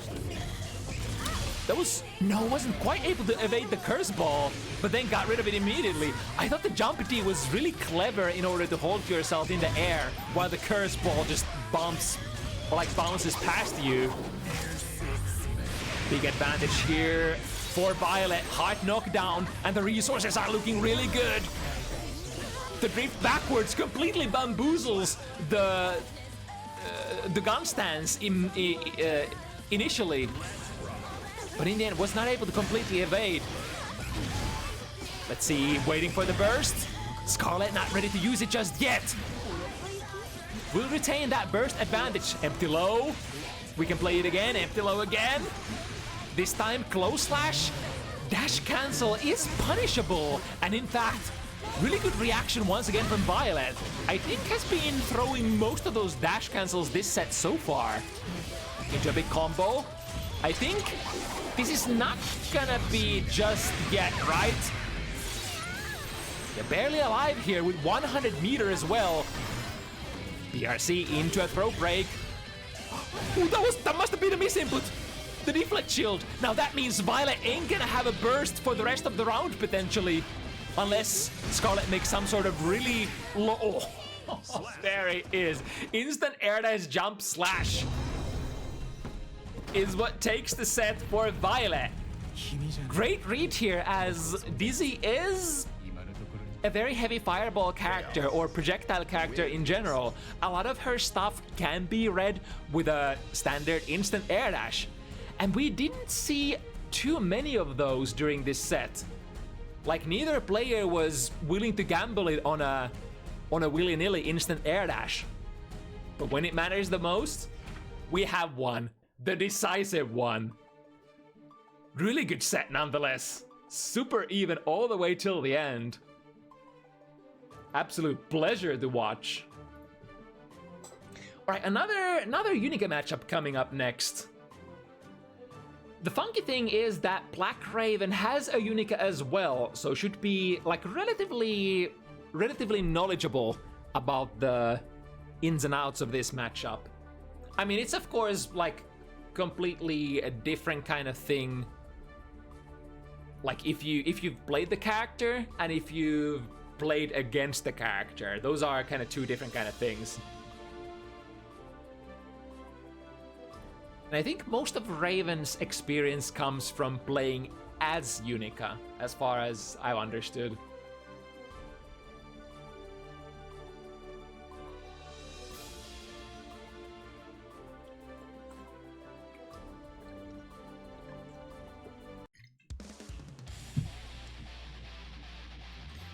Alrighty, here we go. Slymo. On their debut matchup on Bounty Hunters, what can we expect? Probably a lot of beams, although there are a lot of different kinds of ways to play Unica. Some Unica players love to start it like patient, maybe take a backdash at the round start, check what the opponent wants to do, send a couple of beams, force the opponent try to close the distance, and then switch to that anti-airing mode. It's very standard Shoto gameplay from, you know, from some of the popular fighting games that we know. Street Fighter. But I mean, the same formula works in just about any fighting games. If you have a tool that limits the opponent's movement horizontally on the ground, and if you can prevent them from rushing in, then you can force them to jump, and if you can force them to jump, you can get some anti-airs. Very basic day one fighting game plan. And Raven is completely loaded on meter here. The jump slash, I bet that was a TK Yosan attempt. Still, counter hit. We should be able to finish this combo in a lot of different ways. And indeed, Raven surgically, quickly, swiftly taking the first round. It's kind of what ends up happening when Baiken gets in on you really fast. Baiken is super dangerous close range, but she needs a little bit of work to get in on the opponent first, because she's like one of the weaker neutral characters in the game for sure. Forcing the tether to be attached from the Wild Assault. However, can we get a combo? Ooh, that looked like that might have been able to connect into a custom combo there with the DP. I wonder if slymo has actually labbed that out, and that was why he chose to go for that particular path. Got crushed with that blue beam into forcing the opponent to just hold back. That is sort of the spice of Unika far slash range pressure. You can cancel that far slash into potentially the guard crushing beam, which you have to jump over, but you can catch them low with the safe on block blue slide as well. Among other things, there are of course many layers. Tether, he attaches, threatening the 6 heavy. No cancel though. Potentially looking for a reversal parry from Raven. And look at that range, the second hit of the DP hits from downtown. Air fireballs, there we go. I think that's the perfect trajectory approach for Raven. Was probably expecting slymo to throw another set of air fireballs, so went really horizontal in the air. In the corner, straight. Oh, you can do that? And that's safe? That's kind of cool. So straight from the DP went into jump D air fireball, forcing the opponent to hold steady. And because projectiles are not really parryable, it's also a completely safe method of attacking Baiken on wake up. I mean, it doesn't necessarily lead into a lot of plus frames if it is blocked. Usually a rather neutral kind of situation after the air fireballs, but yeah. Can't have it all. Great air-to-air jump slash, still holding slymo in the corner. Not risking the... Ooh, a little bit, that must have been a couple of pixels too far away. Great late air dash. Reacting to the fireball, exactly what you should be doing against Unika. Because like it's probably the best option that you can play against Unika is to, if you expect that a beam is coming, you put yourself airborne, maybe a neutral jump, maybe a back jump, something like that, and then press your air dash if you see the beam indeed coming out. Ooh, misses the TK Yosan once again. But happy little accidents. We got a second wave of familiar looking mix-ups, and then another Yosan there at the end. Wait, did I put point on the wrong player? Did slymo actually get the first game? I forgot. Correct me if I'm wrong. I might have had a lapse in concentration again, and now I'm not sure what the score is actually. From the long-range situation, a very familiar kind of beam coming out. Nice, slymo is not faced by the run-through. Raven tried to go for a bit of shenanigans there. Jump K, one of the faster air-to-air buttons to prevent the opponent playing any of their air shenanigans. Air-to-airs are definitely important in a matchup where you don't have the best 6B against Baiken. That's a big starter, by the way. Into... And slymo still didn't have the 50 meters, so was forced to break there with the Michael Sword variant. Which is, I believe, the biggest damage wall break if you can afford it. Oh, nice jumpy, putting Raven on the ground. Into plus frames from the dash cancel. Nice jump out though. Raven definitely has the counterplay queued up against Unika pressure.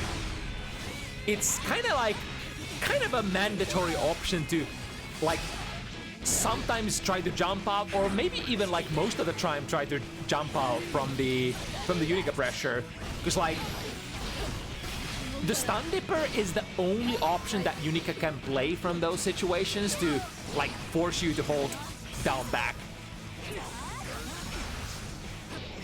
Nice, once again picks it up, beats the burst. That was a great sequence for slymo. The way that he is using that jump K, because a lot of your other air buttons would be kind of clumsy. Yes, you have vertical range with your jump heavy. Yes, you have horizontal range with your jump slash, but it's like a race against frames, a rage against the clock against Baiken. You can't let Baiken's jump slash go active because that is a huge ass button and it's bound to cleave like most of the screen. So if you go airborne, you probably want to press like some of your faster buttons rather than the slow ones. Unless you're protecting your airspace. From the -3, there's the DP. We see the first dirty RPS of the week. This could almost be a wall break, not quite. Miss a meaty, maybe on purpose. Bait the parry, get the killing blow.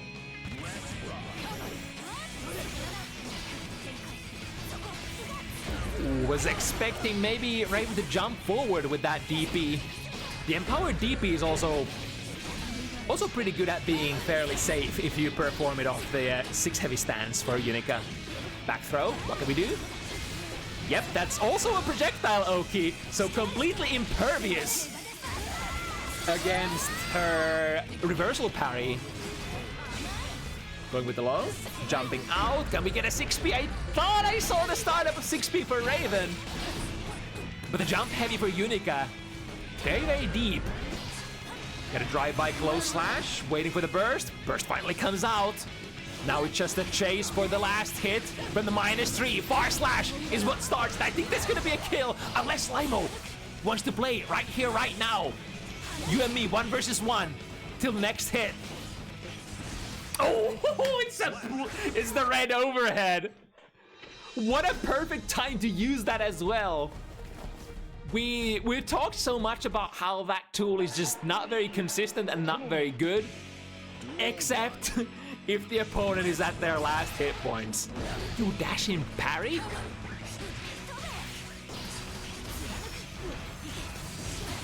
Alright, the blue overhead is much better though. Once again, these beams are projectiles, so cannot be interacted with whatsoever with the reversal parry. And a lot of unikar setups actually go into the guard crush blue beam, so that's a really good counterplay against a lot of the stuff that Baiken might want to do against you on wake up.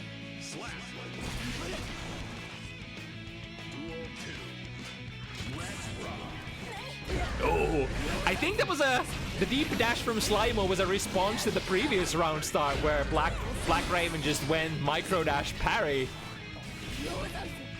6P, yeah, the range of the unikar 6P is a little lackluster. That's one of the few problems that she has. That she kind of has to commit to a lot of other anti-airs rather than her 6P. But another clean round here for BlackRaven. Definitely on the tail of slymo at the moment. Next couple of games are gonna be important. Jump into a counter hit. I think that was a TK Yozan attempt, but that starts kind of slow compared to the 10 frame start of the 5 heavy. An advantageous jump in. Out of the corner, cover your advance from the Yozan jump slash, here we go! Time to do some damage, and wasn't quite able to queue up the Ender Super there. But that just means we have that much butter to spend on the next screen. That's counter hit, so that's gonna go into a big combo. Unless we have the Drop City land on the other side. What then? Burn? Slymo? Not opting to go for the Wire Z just yet. Interesting, holding on to those resources. There is some amount of inevitability and or, you know, having to rush it if you have only so much life left and the opponent is in a mix-up distance. Ooh, this time the 6P was perfect though. If you're in such close quarters with the cross-up Yozan, then for sure, if you time it perfectly, it is gonna work. Ooh, jump K hitting from the other side. Did we get that from Sol? Yeah, speaking of that, I didn't really realize that, but the jump K for Unika is very reminiscent to Sol's jump K. Is that a sort of a family trait secret as well? Because like if you're, yeah, if your grandmother is Justice, then your granddad is also Sol. So it all makes sense. Anyway, into a throw. This can be followed up. Is there enough time on the tether? Yes, there is. Getting bamboozled on the cross-up. Here we go. Big counter jump D. Into potentially... I think Unika has enough defensive modifier and guts to survive this. Yes, indeed. Move to the other screen. 100 soon. Ready to go. Ready to be unleashed. But gotta be very careful with how you spend it, because the last, or rather the next meter expenditure could be your last! The red slide here! In the previous Unika set that we had tonight, there was a lot of anti-airing with that red slide, but not this time. Baiken with a jump in that is deep hitting enough. I failed to see if that was a jump slash or jump heavy. Could have been either one. But I reckon both of those hitting deep enough to be able to jump in on the right slide. So 3-3 here. Once again, situation completely equalized. Nice. Slymo is so ready for those cross-up follow-ups of the Kabari. I think 2 for 2 has not been bamboozled by either one of those. Ooh, that's gonna be a big one. We have 50 meters to follow it up as well. Into... 10, 10. Oh, that's not enough, hello? What is her defensive modifier? It's something, it's gotta be something close to like 1 point, like just 1.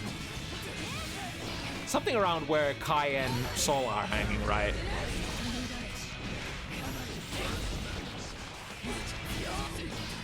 The second hit of the Yozan, lands a hit, gets a soft knockdown.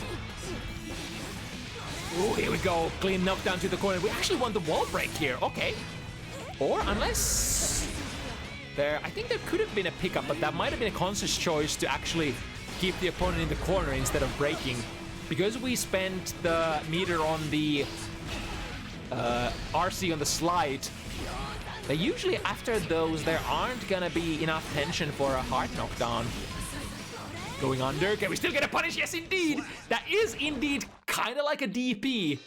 Or even worse.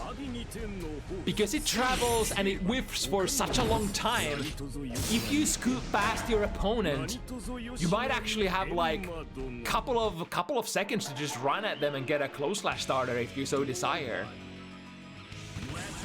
That's sort of one of the reasons that makes it so dangerous to whip that move. Close slash anti-air.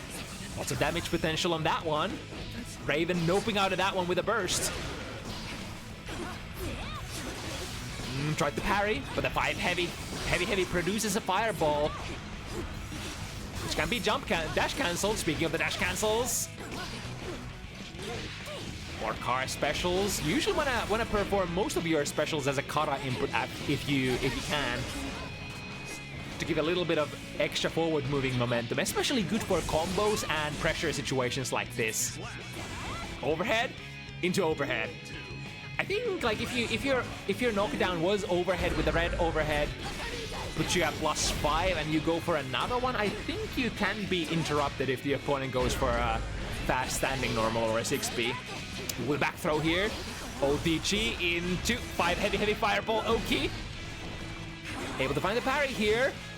Gold burst.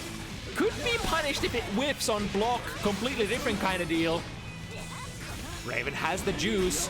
If we can get in, we can mix it up. Here it comes immediately into the TK Yozen RC. Misses it again. Had the 50 meter to bail out. So happy little accident, sending yourself to the stratosphere with like a super jump slash coming down with a PRC. Alright, canceling the plus frame projectile into slide this time. Catching the opponent low. Not the most damaging option, but usually gives you a really good knockdown. The red one though, not so much. Although, because of the tether here, it does keep Slymo and Raven together. Joined together for better or worse. It is somewhat of a double-edged sword. Of course, the Baiken players are always ready with all sorts of, like, because the tether is your core mechanic, you are always ready with the custom combos. And I think it's a little bit of a balance kind of thing. Some characters don't tend to have like very intuitive tether combos, or they just might not get any sort of special combos whatsoever. But Baiken's combos, they are specifically designed to have the tether attached and to get better with the tether. Oh, that rhymed, by the way. I'm so freaking good. Plus frames from the dash cancel. Tried to jump out, however, the too heavy pulling the opponent back onto the ground. It's not 2+ for unikar though. Ooh, the FRC got him. Raven still says, I want to fight for this, especially since they had the 50 tension ready to go. So there could have been some gun shenanigans, or there could have been some TK Yozen RC shenanigans still. Guard crush for plus a lot. From that distance though, yeah, it's usually like you have to be fairly close as unikar to be able to utilize that, what is it, is it plus 10? Something like plus 10 guard crush. Right, even with the tether, I think they should force break the wall, and Slymo is still alive with the skin of their teeth. 50 meter ready to go as well. YRC, understandable. Skip to the other side. However, look at that. BlackRaven is ready for that cross-up. 6 being into the right direction. That, or yeah, it must have been, because you don't really anti-air on Baiken like that with a 5B, because her 5B is kind of more suited against the grounded opponents, I want to say. This could be the last conversion. Forced up was probably... could have maybe tried to get an air gun. Slow down frames. Saving grace for Raven, even with the counter hit. That red overhead ain't gonna give you a lot of plus frames. And in the follow-up situation, I think Slymo tried to go for a backdash shimmy, but Raven didn't take the bait. In fact, was gonna press buttons on Wake Up instead, which was the right option. That is exactly what you want to call shimmies like that out with. Ooh, great reaction there. Into, we got cross-ups here too. I mean, unikar is also built for situations like that. Ooh, I really wanted to see what the tether would have looked like there on the DP.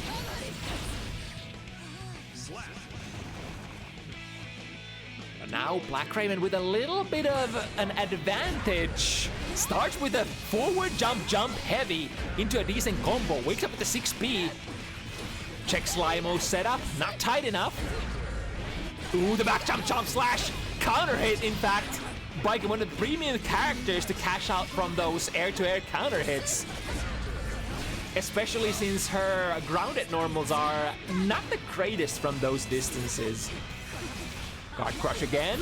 Let's see if we get to keep that goodie on the next patch. To the other side. This time Slymo actually missed it. Has been punishing that run through on the Kabari every single time so far. Goes for a hard bait. Connects the Yozen a little bit too high in the air. And here comes the guard crush pressure this time. Frame trap with the blue RC. And the throw. Varying the options. It gets a little predictable if you only use one of your options in those pressure situations. If your options are, for example, between the overhead and the guard crush beam, it's a little predictable and easy to deal with.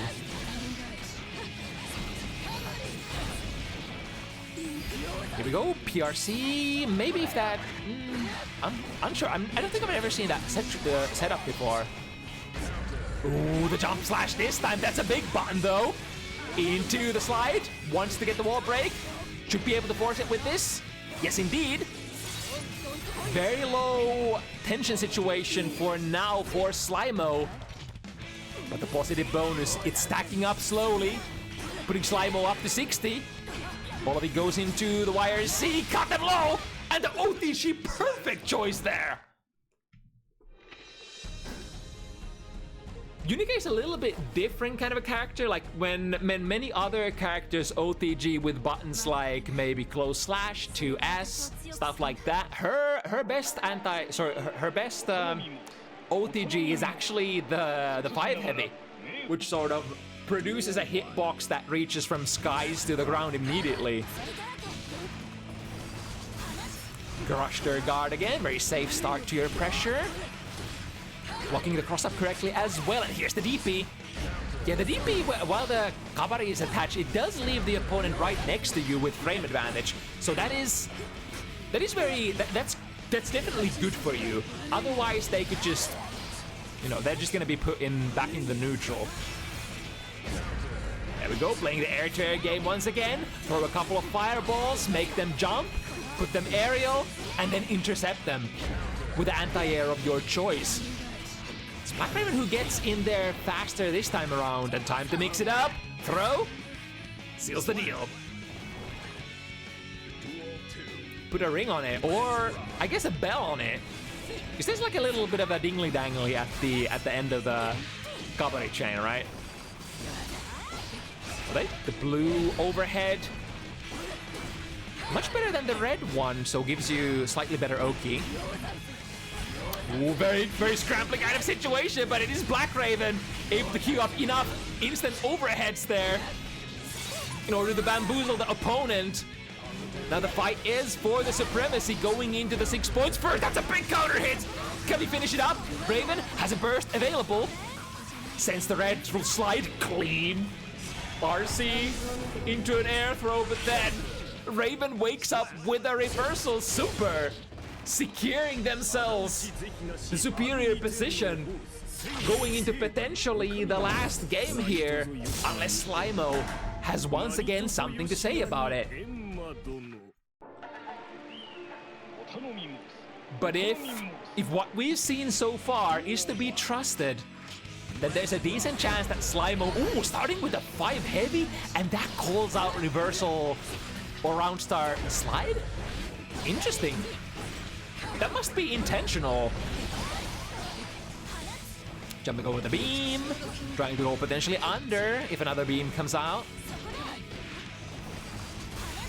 Starting with the guard crush, but smartly holding the FD to push unikar as far away as possible.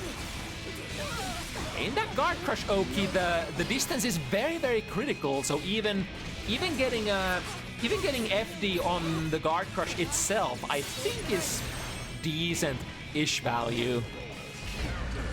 Ooh, clean surgical 6P. Small, but does its job. Just like that is 6P. Works the same exact kind of the way. 6P cancelled into the overhead this time. Misses with the second one. Gonna be whiff punished by Raven. Ooh, caught them airborne. And a huge conversion this time around. Gets to attach the S Kabari. Now, rewards are on the table. We can create the custom combo of our dreams. OTG, 5 heavy into attached Kabari again. Was probably a little worried that distance because I think Raven had the reversal super, which could blast through your beam if it's not perfectly spaced. And set point Raven. Yeah, gets a clean jump in slash. Potentially waiting for the burst here, but Slymo still completely comfortable holding on to that. Might have to think about it soon though. 5P anti-air. Clean, surgical, patient. Wild Assault might be one of the few things that we can use that burst on anymore. Is that clean? Yes! The blue Megadeth Buster! Squeezing out maximum damage out of that. And one more. Went for the throw. Here's the burst. Can we do something about it? Yes, indeed! But burst immediately. Faking the 6 heavy stance. One more hit. Anything is good. The gun will whip. We'll be able to block the unikar fireball on the landing. And a close slash on the landing frame. Slymo committed to the forward jump. Swung a miss. And got met with the close slash. Raven taking it at the very end, the spurt at the very, very end of the set. Securing the set 7-5 against Slymo. Yeah, there's definitely decent amount of matchup familiarity shining through for Raven. A lot of those RPS situations was ready with some of the right options. Counterplaying, especially the Guard Crush Beam Oki, really well.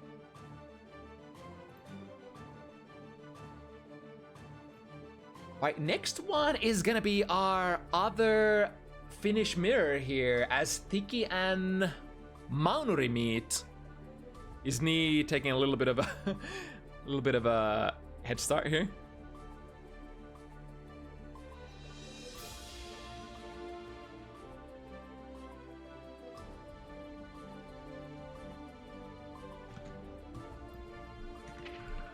Check a couple of things.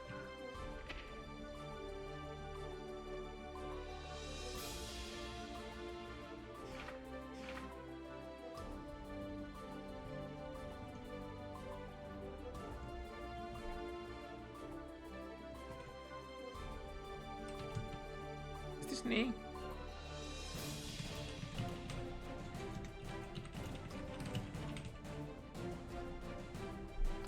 I don't know, because there's an in-game name is slightly different. I think it's Knee. But there is one more match before that one. So this will be Tiki and Maunuri with the lore matchup. In a lot of different ways, both in Guilty Gear terms as well as Finnish fighting game lore. And a cool matchup as well, Sol Kai. Not change society. So instead of reflecting on themselves, they blame the beasts, heaven or hell. Now, Tiki had a pretty close butting of heads with Tibelius a couple of weeks ago, and came out of that matchup fairly, not like the most convincing, but fairly convincing, let's say that much. Here we close in, we have the prey exactly where we want, in the corner, and now we just need to be able to get to the blast for imposition. Ooh, great timing on the air. Jump slash. Maunuri able to flip the spacing situation around, putting Tiki in the left corner instead. The air stall into a jump slash. That's a great way if your opponent is like trying to react to your jump-ins. Delay your air momentum a little with that jump D, and then come down with a different button. Especially since the startups or the recoveries rather, of the 6Ps for all the cast was sort of normalized. Is there gonna be a punish? Yes, indeed. A small one, albeit at that. Yo, the bandit revolver out of the corner. And then, coming down with the dive kick. Putting Maunuri in the corner, looking for one. Oh, never mind, that's gonna be a break. So now Tiki has a couple of options. We could pounce immediately, which is what we actually do. Dash into crouch, goes under the flip kick, and then punishes on the landing. What a round start option. I think Maunuri might have been thinking about, might have been like predicting that Tiki wanted to jump out or jump at him. So that's how I immediately went for the flip kick. Our opponent is electrified. Nice jump D hit! Better than a throw. I wonder if that was a missed air throw or if that was what you were actually searching for. Burst into a rather... Oh, that's a big starter! Straight into RTL though. Immediately break the wall. Okay damage. And an Oki. But potentially one more hit. If we can get a fast conversion into a super, that could potentially deny Tiki's reversal burst here.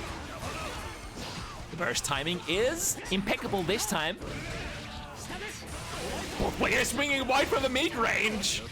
Rather mid-far range. It's interesting how Sol in this iteration of Guilty Gear has actually some cool tools to fight against Kai's mid-range, which generally has been a spot where Kai shines in previous Guilty Gear games a lot, and where Sol has to kind of work hard to get into the distance. But now we are in that distance and revving up that Tyrant Ray. Bam! Boom! Lots of damage done. Maunuri has 50 meter ready to go and a full burst. Nice jump out. Surely gonna be a wall break, right? RTL, Kisk family style. Never leave those wall breaks untaken. Ooh, that's a great response there.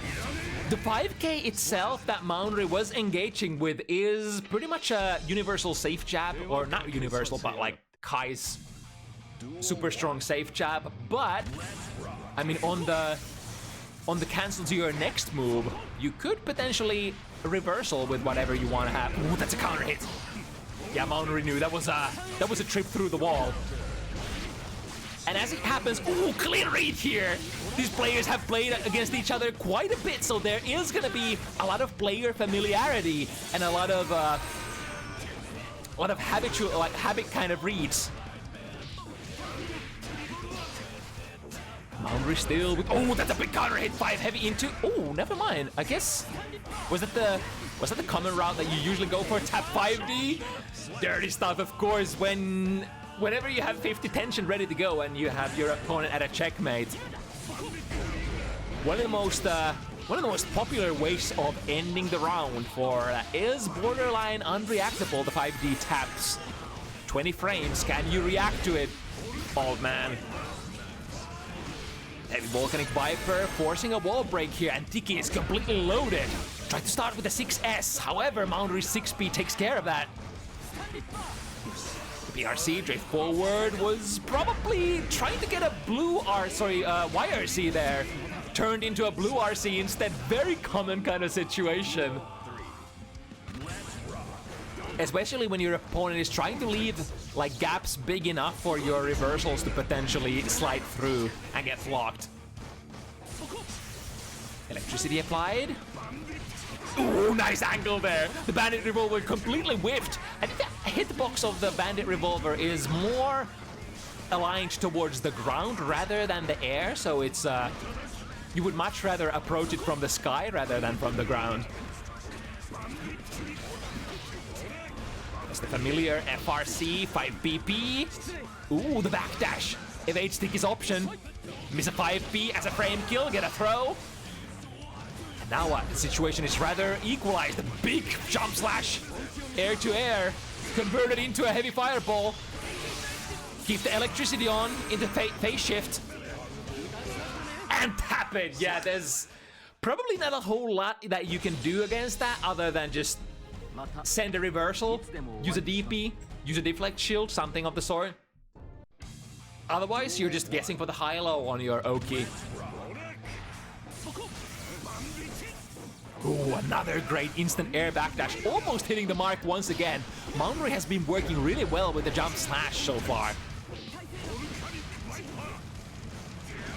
And especially since you generally are a little better than Sol on the ground. Like Sol tends to want to like bob and weave a little bit, maybe take the air here and there, try to fake around, maybe approach with the dive kicks, Bandit Revolvers if you have meter. So it makes sense that you have your air to airs ready to go. Because like Kai 2 heavy is not as good as was in the past as an anti-air. It's not like a god anti-air anymore, so you don't really have queuing up the air DP there.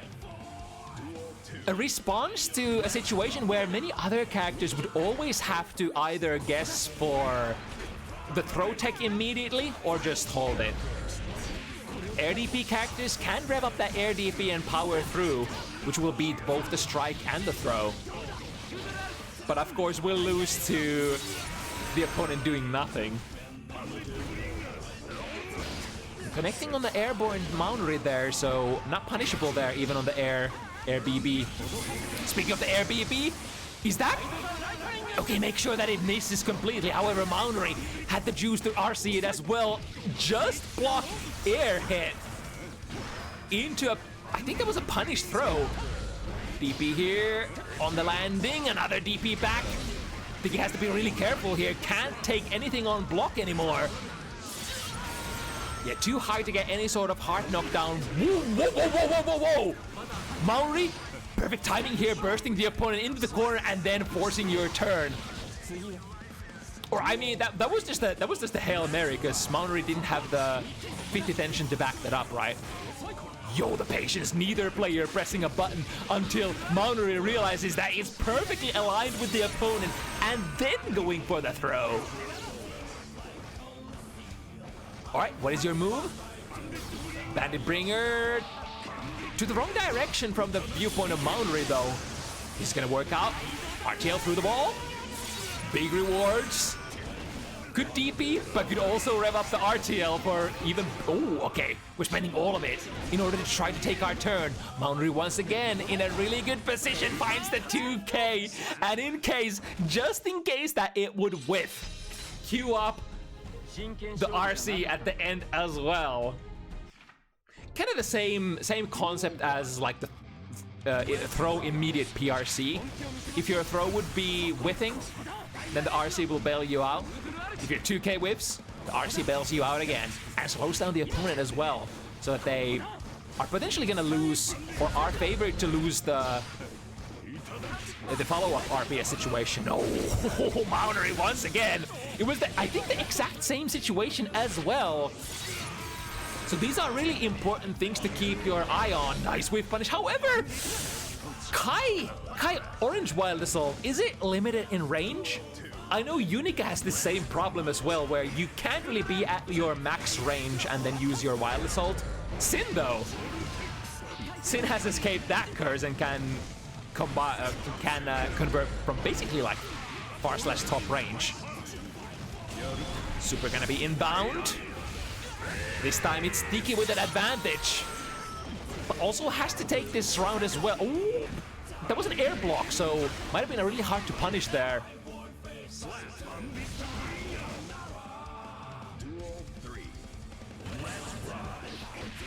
There we go, one of the more higher layer options, because it is so common in Guilty Gear Strive to backwalk on round start. A lot of, higher level players will develop a habit to micro dash forward and press buttons against that, which is what Maunuri did there. Straight into the glow slash. Ooh, wait, that was trying to go for a Grand Viper there, but the low profile frames didn't quite have time to start up. Ooh, big close, air jump heavy once again for Maunuri. Puts Sticky in the corner. Backdash PRC. We are one of the happy characters that have a backdash that puts you airborne, which enables that extremely powerful instant overhead mix-up. Mankind knew that they cannot change. Duel 1. Let's rock. Maunuri a little bit with the early momentum, but there's still a lot of time for adjustments to happen. Dunks him with the Bandit Bringer. Wakes up with the DP in turn. Yeah, we got that here as well.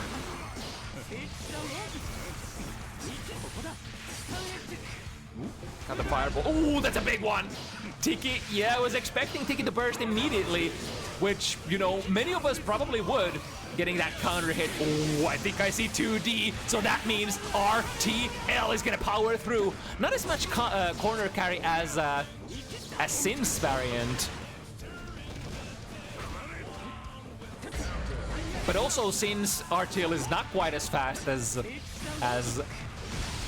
Kai's. Ooh, counter hit. Oh, so we get the classic tumble back from Exert days. I didn't even realize that that's actually in the game still.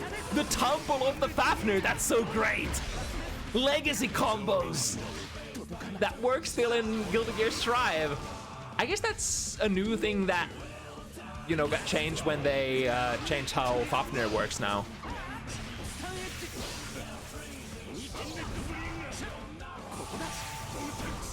Vortex goes under. The Jumpy also holding the momentum in the air for Maunuri so that both players landed around the same spot.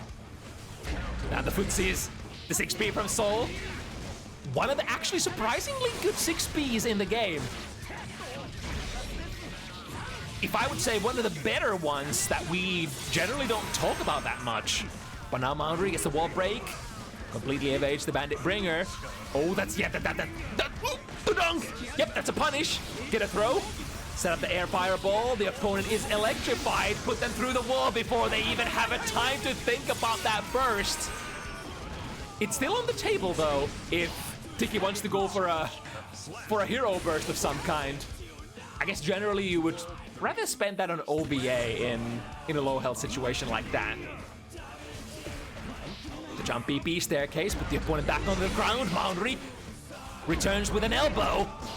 Elbow in return, 6P from Tiki into the right direction as well. Plus frames because the electricity is applied. 2P, counter hit confirmed into a full corner carry. That was a great confirm for Maunuri. Yeah, safe jab. And he's very cautious because Tiki did play a super reversal between the 5K and I believe close slash previously. So now potentially wary of that interaction. But I mean, at the end of the day, it is RPS because you do get a plus frame situation after your safe jab 5K, which you probably want to exploit as well if the opponent blocks that. You don't want your turn to end per se. So a decent amount of the times you're gonna be pressing more buttons afterwards. Ooh, but this one, Maunuri is gonna bait straight into the heavy fireball. So we got the new combo variant here. While the electricity is applied in your aerial juggles, you get to do the heavy DP, which juggles them just enough to get a pickup. Ooh, that was a great prediction. Instant air dash through that fireball. Basic fighting game stuff, Street Fighter stuff even, if you will. Which makes sense. Tiki is a very avid Street Fighter player as well. Which you can really say, like, sort of determine from the kind of fundamentals that he plays.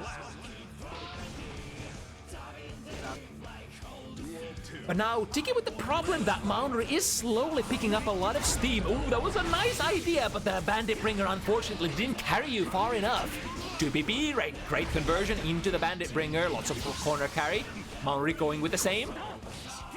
Missing with the jump, heavy coming down with the button, both players trying to bait. Ooh, that was too far away for the throw, which Maunuri was trying to get a punish with.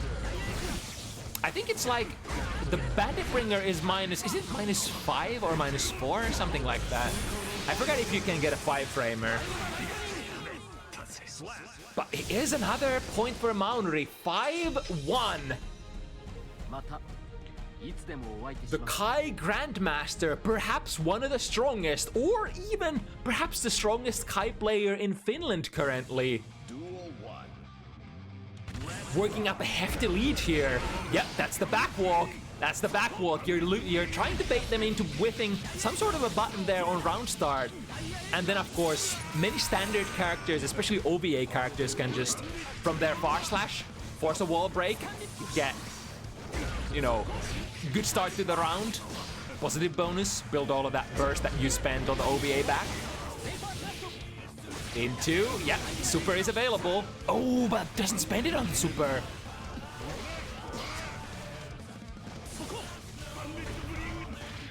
There we go, sliding forward just enough. There is a lot of forward moving momentum on that Bandit Bringer, so a lot of the time, especially if the opponent is like jumping forward, the Bandit Bringer will sort of end up sliding into your throw range naturally. Ooh, there's the dunk, and on the counter hit you can get some good stuff. Got the backdash, although that was from a very far away with the 2K, so a hard conversion to make for Tiki.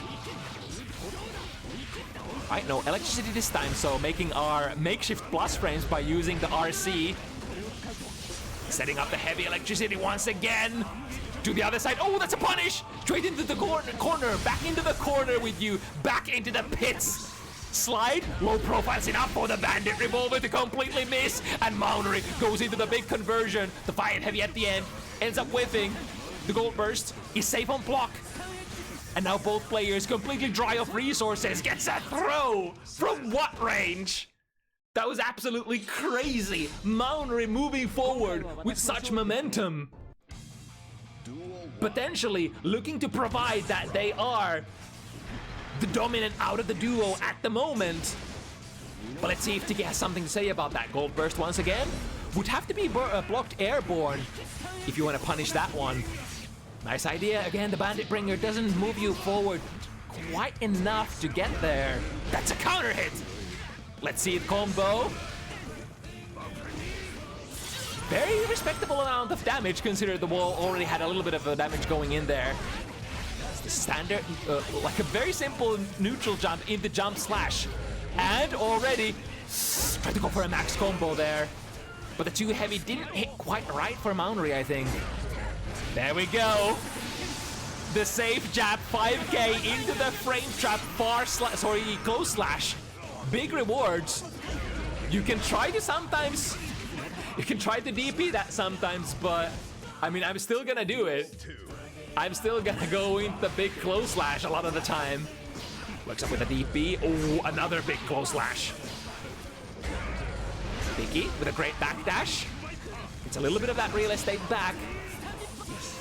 BRC. Oh, to the other side. Tiki managed to block that properly as well. I'm surprised. I would have folded there. Avoiding the fireball. That's great. As long as you don't have the electricity, you don't have to worry that much about the flip kick. That's a punish. Can we get the ball break? Can we force a heavy volcanic viper? Not quite. 6 heavy, ending it in the corner. Maunuri trying to fake a jump over, but at the very last moment, air backdash. A little bit more work to be done. Was that an air DP? Another DP. Oh, another air DP. What's the significance of the air DP here? I'm unsure, but the fact of the matter is that Tiki is still alive. 2-6. Tough comeback to make, but ooh, look at that wave punish. Yeah. Through the wall, 1/4 of your life gone. That was 2 OVAs. Is that standard? Or does Kai just not? Can Kai not make that conversion? Is Kai an inferior sin?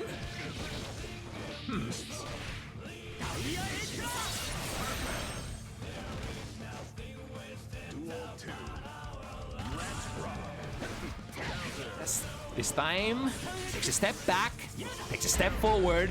Ooh, Tiki finds a good anti-air. Dropping them, SDP once again. Wakes up with a throw. Both players going for really risky options. Finding a counter hit, 6S. Ooh, the carry's long enough to get the wall break. That's great, without spending any resources. Definitely happy to take that. Now, full bar of resources. We could do BBRC, which is, what? How did the 5k actually connect there? Hitbox magic. Ooh, and a gut punch, close slash. Yeah, there was definitely no burst to be had for Maunuri there anymore. But now both players with the full stick of butter, good timing there. Not only was that a standard blue burst, was able to take half of Tiki's burst meter with you as well. That's an anti-air. Holy moly! Into the corner with you. Got the backdash with far slash. However, it's a little hard to pick up, I would say. Slightly harder than like 5 heavy or close slash. Lost frames with the 6k. Got the opponent trying to press something. Tiki is loaded though. What are we defending with? Super PRC? No, but that's what the air DP. Is that what the air DP is for? Is that what the lore is for? Is that what the Is that what the player card is for? Is that what it's for? Is that the lore? Is that what it's supposed to beat? I have been educated. Extended inmove frames? That is actually freaking crazy. I mean, if you... It does call a couple of different things out. If you think that your opponent is not gonna respect you, if you think they're gonna press buttons, if you think they're gonna jump, if you think they're gonna backdash, if you think they're gonna super... Hell, even if you think they're gonna DP, then your air DP is slightly more delayed. And then it just... Wow. The more that I think about it, the more it's actually blowing my mind. But I mean, it has a fundamental flaw. What if the opponent just blocks on wake up? Can you conceive an option of this magnitude? What if the opponent blocks on wake up? Couldn't be me. I didn't pay 60 euros to block. Or however much this game has cost me so far. I guess with the DLCs or the season passes, it's probably half the amount of money at this point. Okay, that's definitely something. That's definitely something. We got one more. So Knee and Swag for the last one of the evening. Riding towards the glory with two characters that love to force RPS, but do it slightly different in different kinds of ways. We can talk about that in just a second, but let me call the players into the lobby.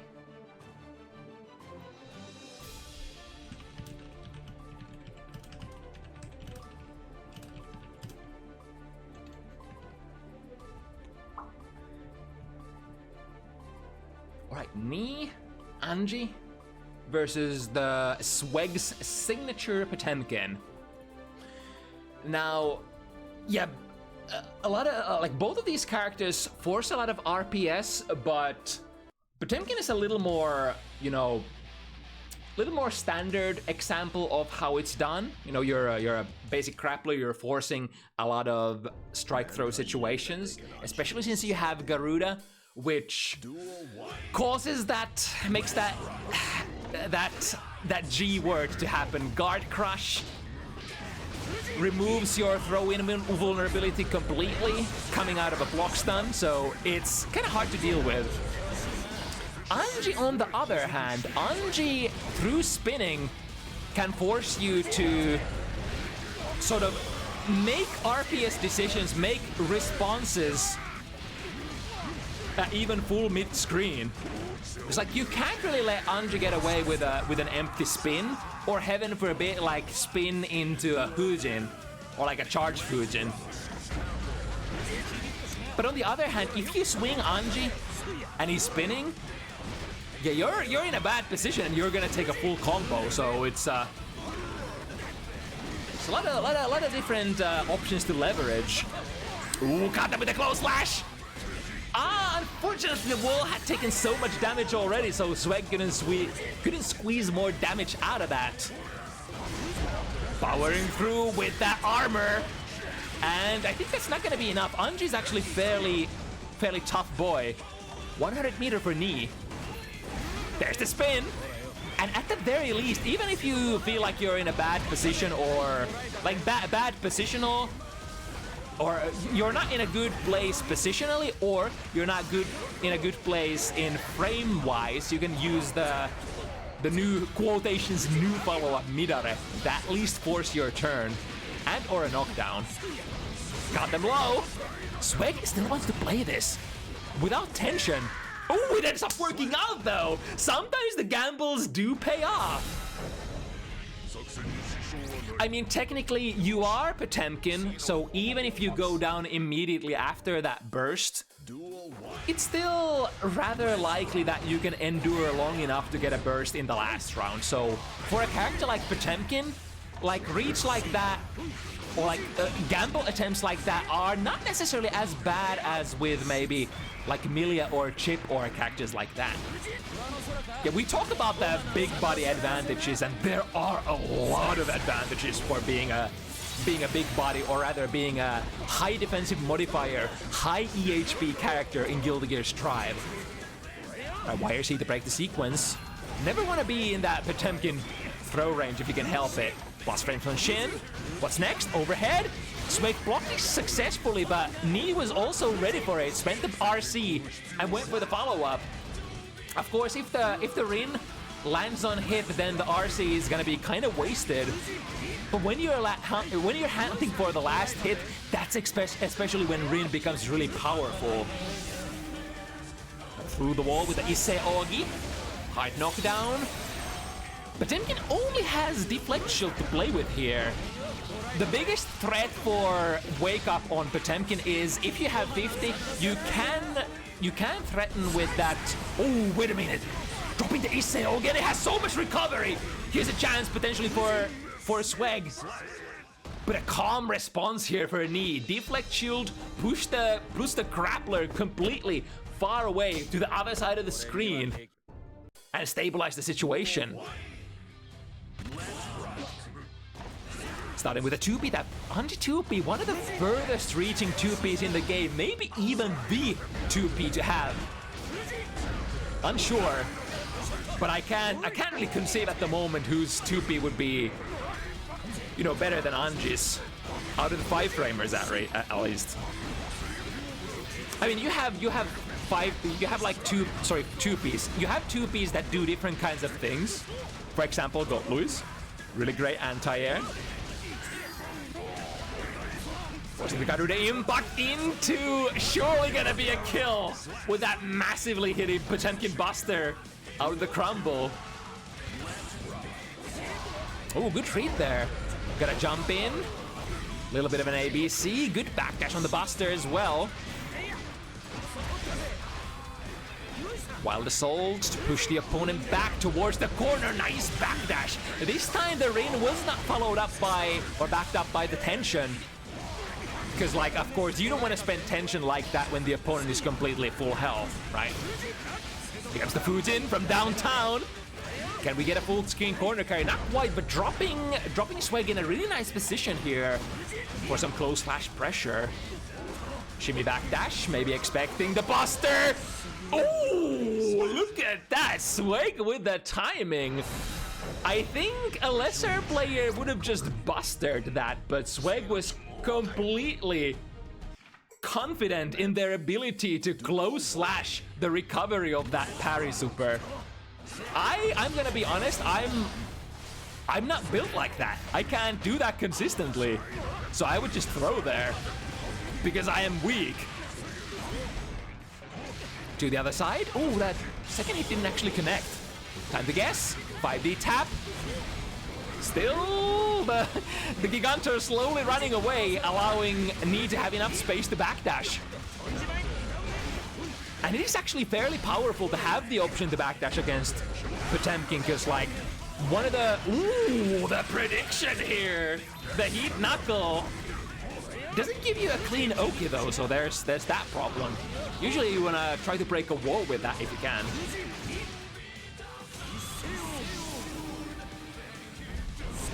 But yeah, what was I talking about? Yeah, the ability to backdash, because Potemkin Blue Wild Assault is kind of powerful. Getting a guard crush into a point blank strike throw situations turns out it's fairly powerful as a grappler. It's like if you can backdash that Blue Wild Assault consistently, that's really great. I'm not sure if you can do it on reaction, but there are some rumors birds are singing that maybe, just maybe, speaking of the backdash, out of the active throw range. Always a thing that you'd like to do against a grappler like this. Ooh, that's the wrong special move. Doesn't matter. We still got the frames to chase. Fighting for a potentially, or no punish on the Rin. Maybe was expecting something else to come out. So in turn, Knee starts pushing it through the wall. Disengage back into the mid-range position.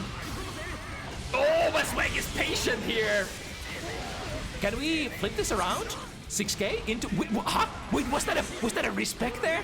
In the middle of the combo, or... I'm not sure. That kind of looked like a respect. Huge respect if it was respect. Slides into a punish.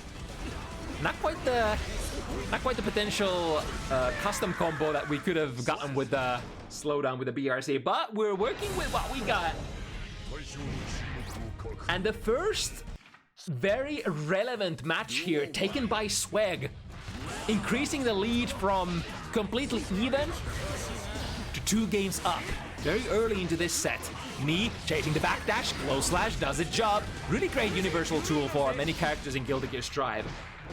Usually 6 active frames, which is exactly the amount of active frames that the big body backdash has. So if you time it properly, there is theoretically no way that even a 6-frame backdasher can avoid it. But I mean, it would require you to have frame perfect timing on the first active being on their first wake up frame, right? Or wait, is it on the second one? Right, is this close enough to break? Not quite. Into, wow, challenges air to air immediately. Still anybody's game. Dry on meter. Tries to bluff into the command hop. No throw afterwards. The throw would have probably enough, maybe. The 6B works out, no cancel. Deflect shield also works out. Armor gets blown away by the RC. Great reaction there. 50 meter is really what you're often looking to have if you're fighting Potemkin at neutral, because there are a lot of situations where you collide with the armor, and in situations like that you can basically say, frick you, I will produce another hit, even if technically I have nothing to cancel into. You can always cancel into the RC, which will like pseudo slow down time and starts relatively fast, right?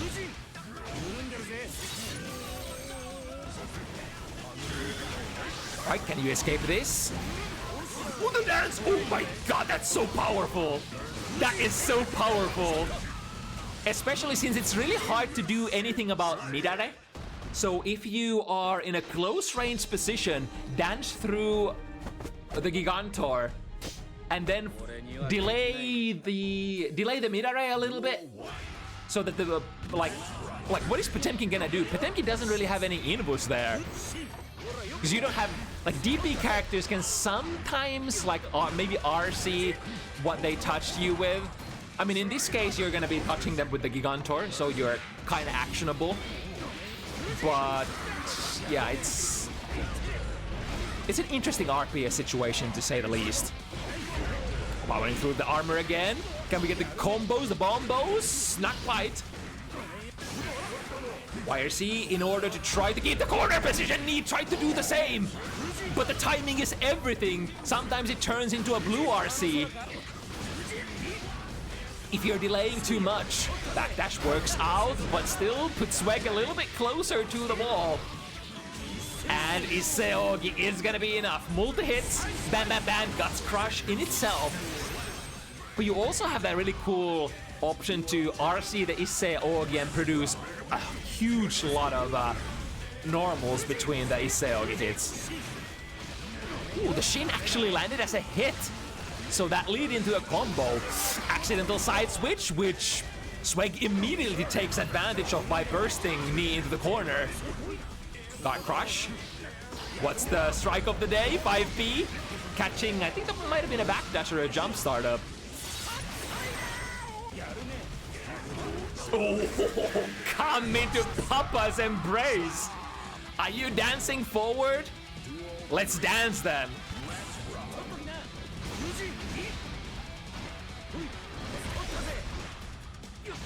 Ooh, the shimmy there. Trying to, like, it's a little dangerous against Potemkin, because even Potemkin's normal throw range is extended, just like Nagoriyuki's. Ooh, close slash inbound, unless Swag goes for another. Wait, was that an FRC backdash? Guess for your life. Close slash into a delayed low. Lots of different options, lots of different places to catch the opponent trying to struggle out. And Swag maintains the 2-game lead here. Moving on to 4. Once again, Knee disengages at the start of the round. It's of course a very dangerous proposition to ever be in the Karabuster range. So I guess many characters would much rather not if they can help the spacing. Finding a hit with the low follow-up of Fujin, leading into another Iseogi. Not quite gonna be enough to kill. Let's see what Sweg can do with that 50. Chose to backdash instead, which, again, as we determined earlier, is kind of hard against those 6-frame active close slashes. Got with the 2K, however, Sweg was backdashing, so difficult confirm to make once again. Frame trap into what we were talking about earlier. The blue Wild Assault is kind of powerful in Potemkin's hands.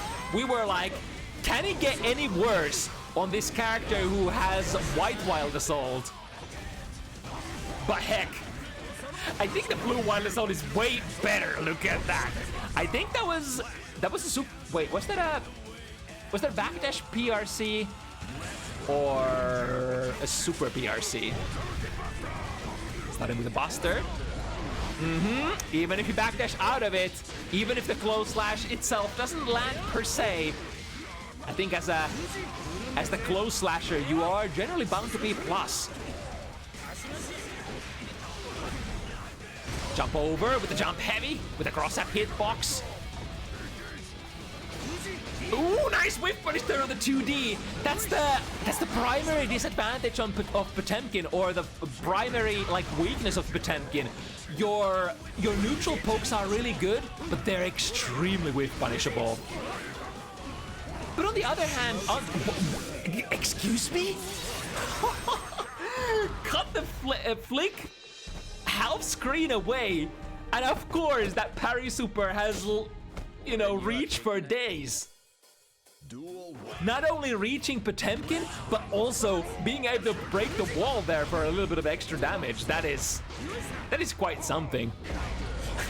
There's a lot of really dumb interactions in this matchup in Anji's favor, I gotta say.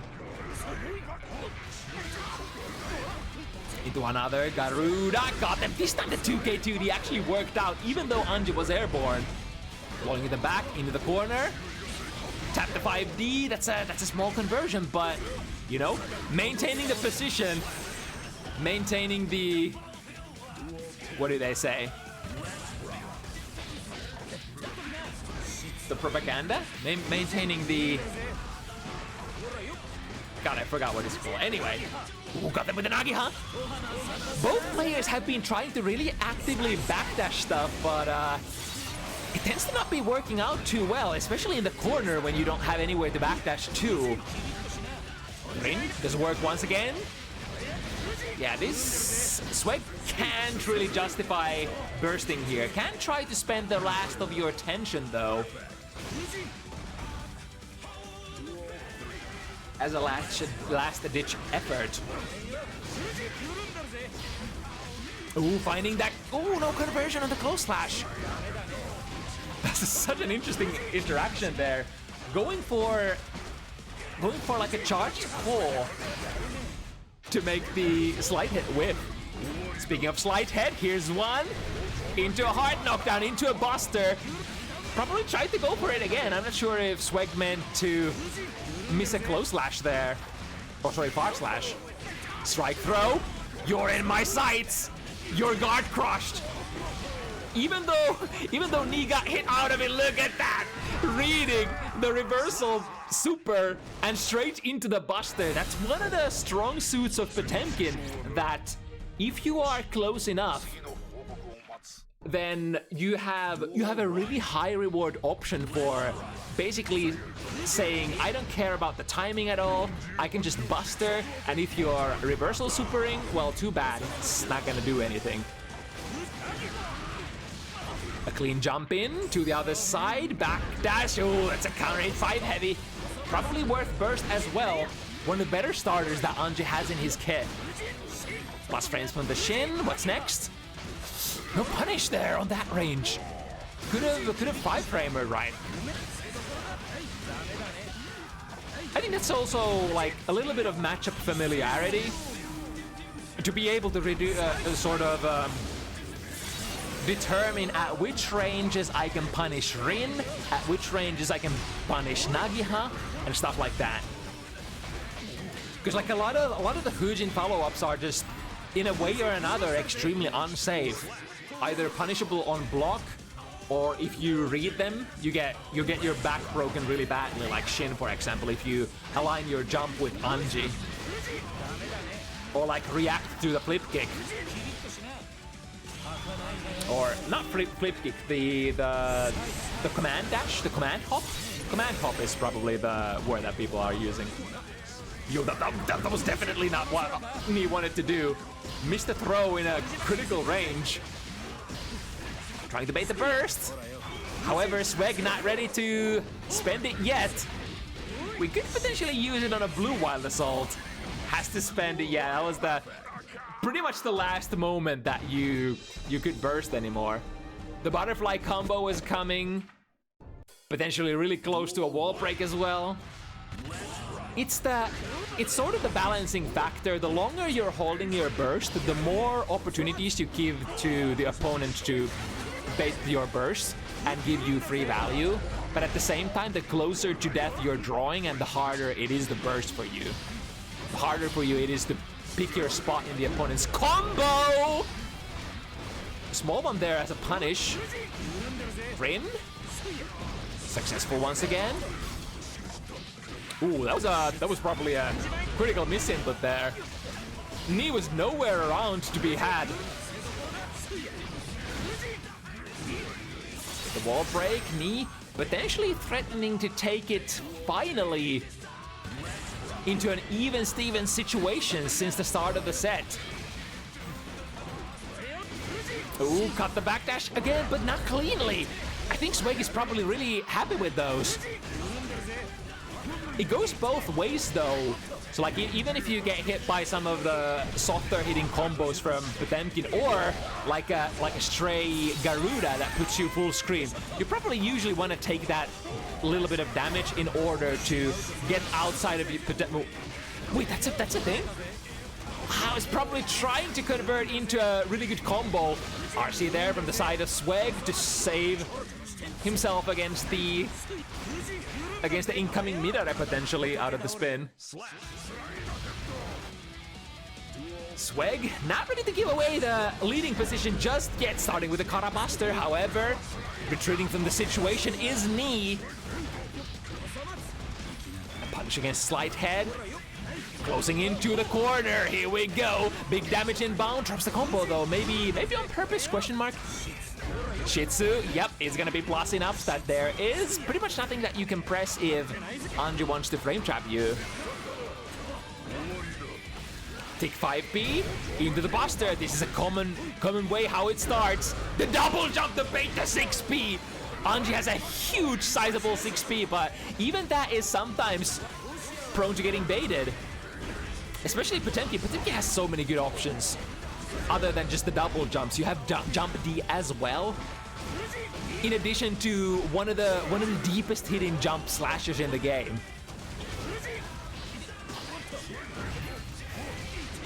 Ooh, a close slash here. One more hit for either player. Engages 6P. Oh, gets a good combo out of it. And now the throw. Knee is able to even it at 5-5. So heading towards the championship rounds in the last set of the evening, Knee evens it. Oh, nice close slash. Sorry, par slash anti-air. One of the more niche anti-airs that you can utilize on this character. But it does occupy a really unique angle that many other anti-airs just can't reach.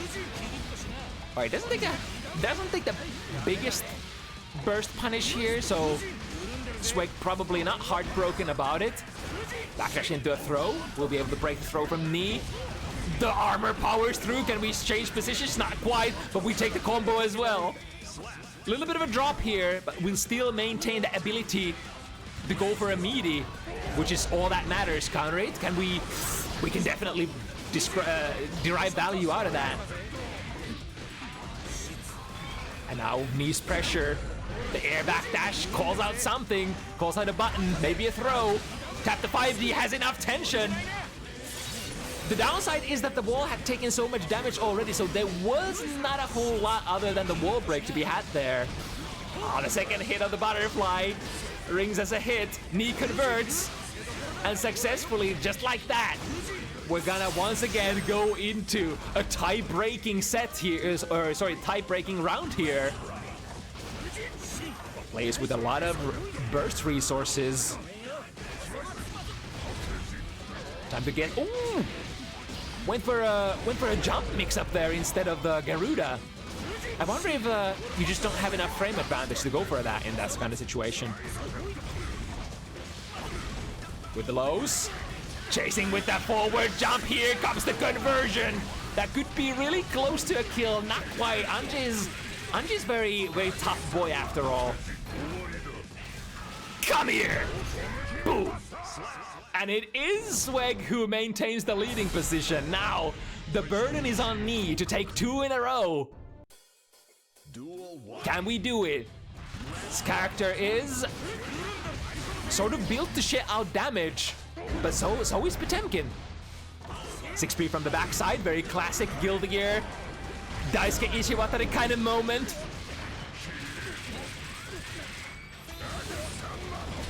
The opponent in the corner. Again, the approach with the jump, which has been actively challenged by Knee. I think it's not the tightest setup for sure. Able to get the Ise Ogi in here, so hard knockdown inbound. 100 meter, there's a lot of stuff that could happen here. Backdash BRC is the option. I think it's funny that Sweg actually played the backdash BRC as well, I think. Probably thinking that the Heavenly Potengi Buster PRC was coming, which is basically the most annoying option. Nice bait here. This might be the sort of the nudge, the whatchamacallit, the momentum breaker, the advantage that Knee actually needed. Into the low, set up the butterfly. Yeah, there is a throw mix-up in between as well, so sometimes you might want to try to jump or press a button, or hell, even throw yourself.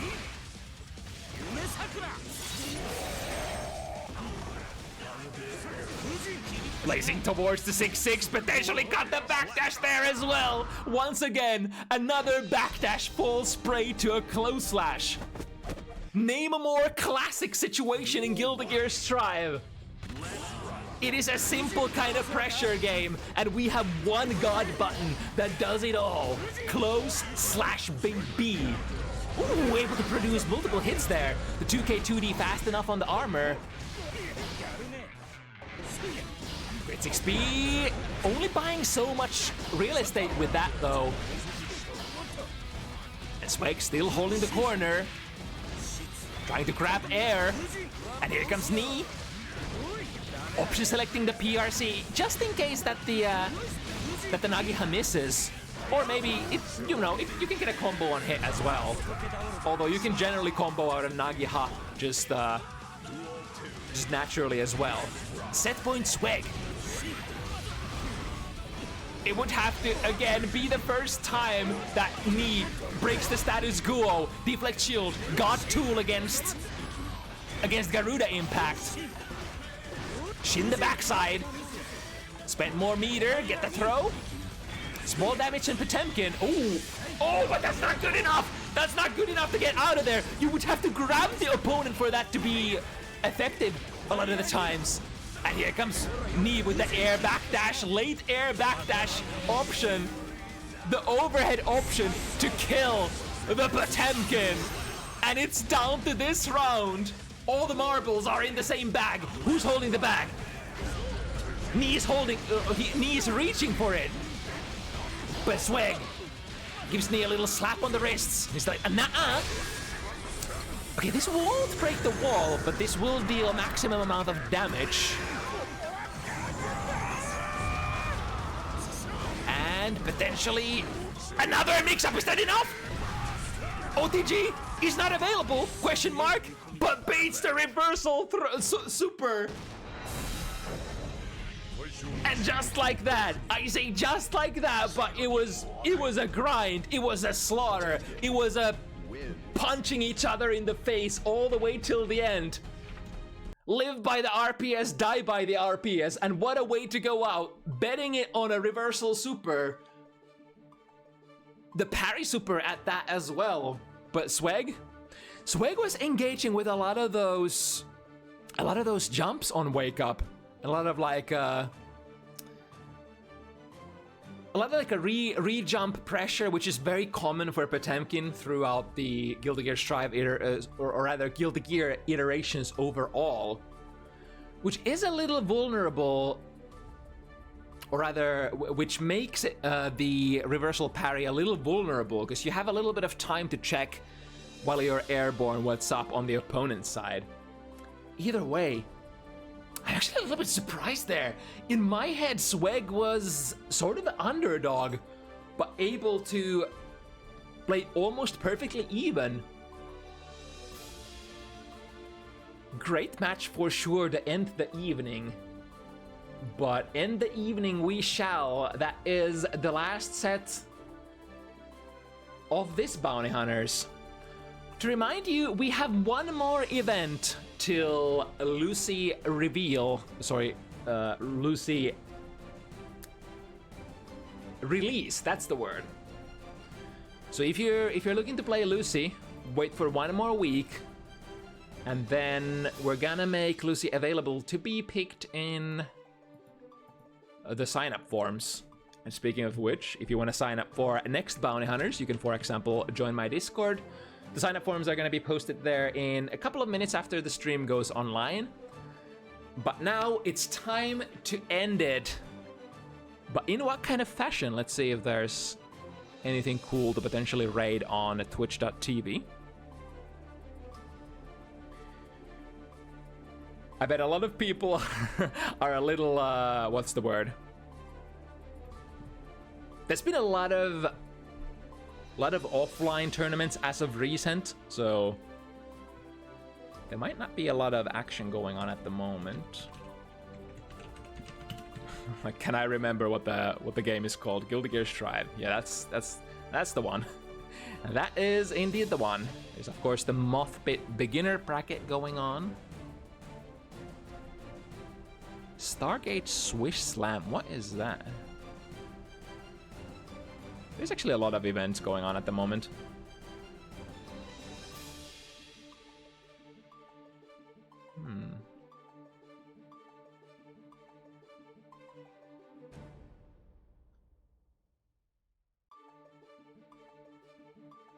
I feel like, did we rate the Swiss Slam last week? I forgot. It's too hard to remember from my boomer mind. Let's go check out what that is all about. But yeah, thank you so much for watching. Once again, another great week of high-packed action sets. Really even sets as well. Who is this matchmaker? Holy shit. But yeah, we'll see you again next Sunday, 5 p.m. CEST, same time as every week. Till then, stay safe, play Guilty Gear. And yeah, peace out. Bye-bye.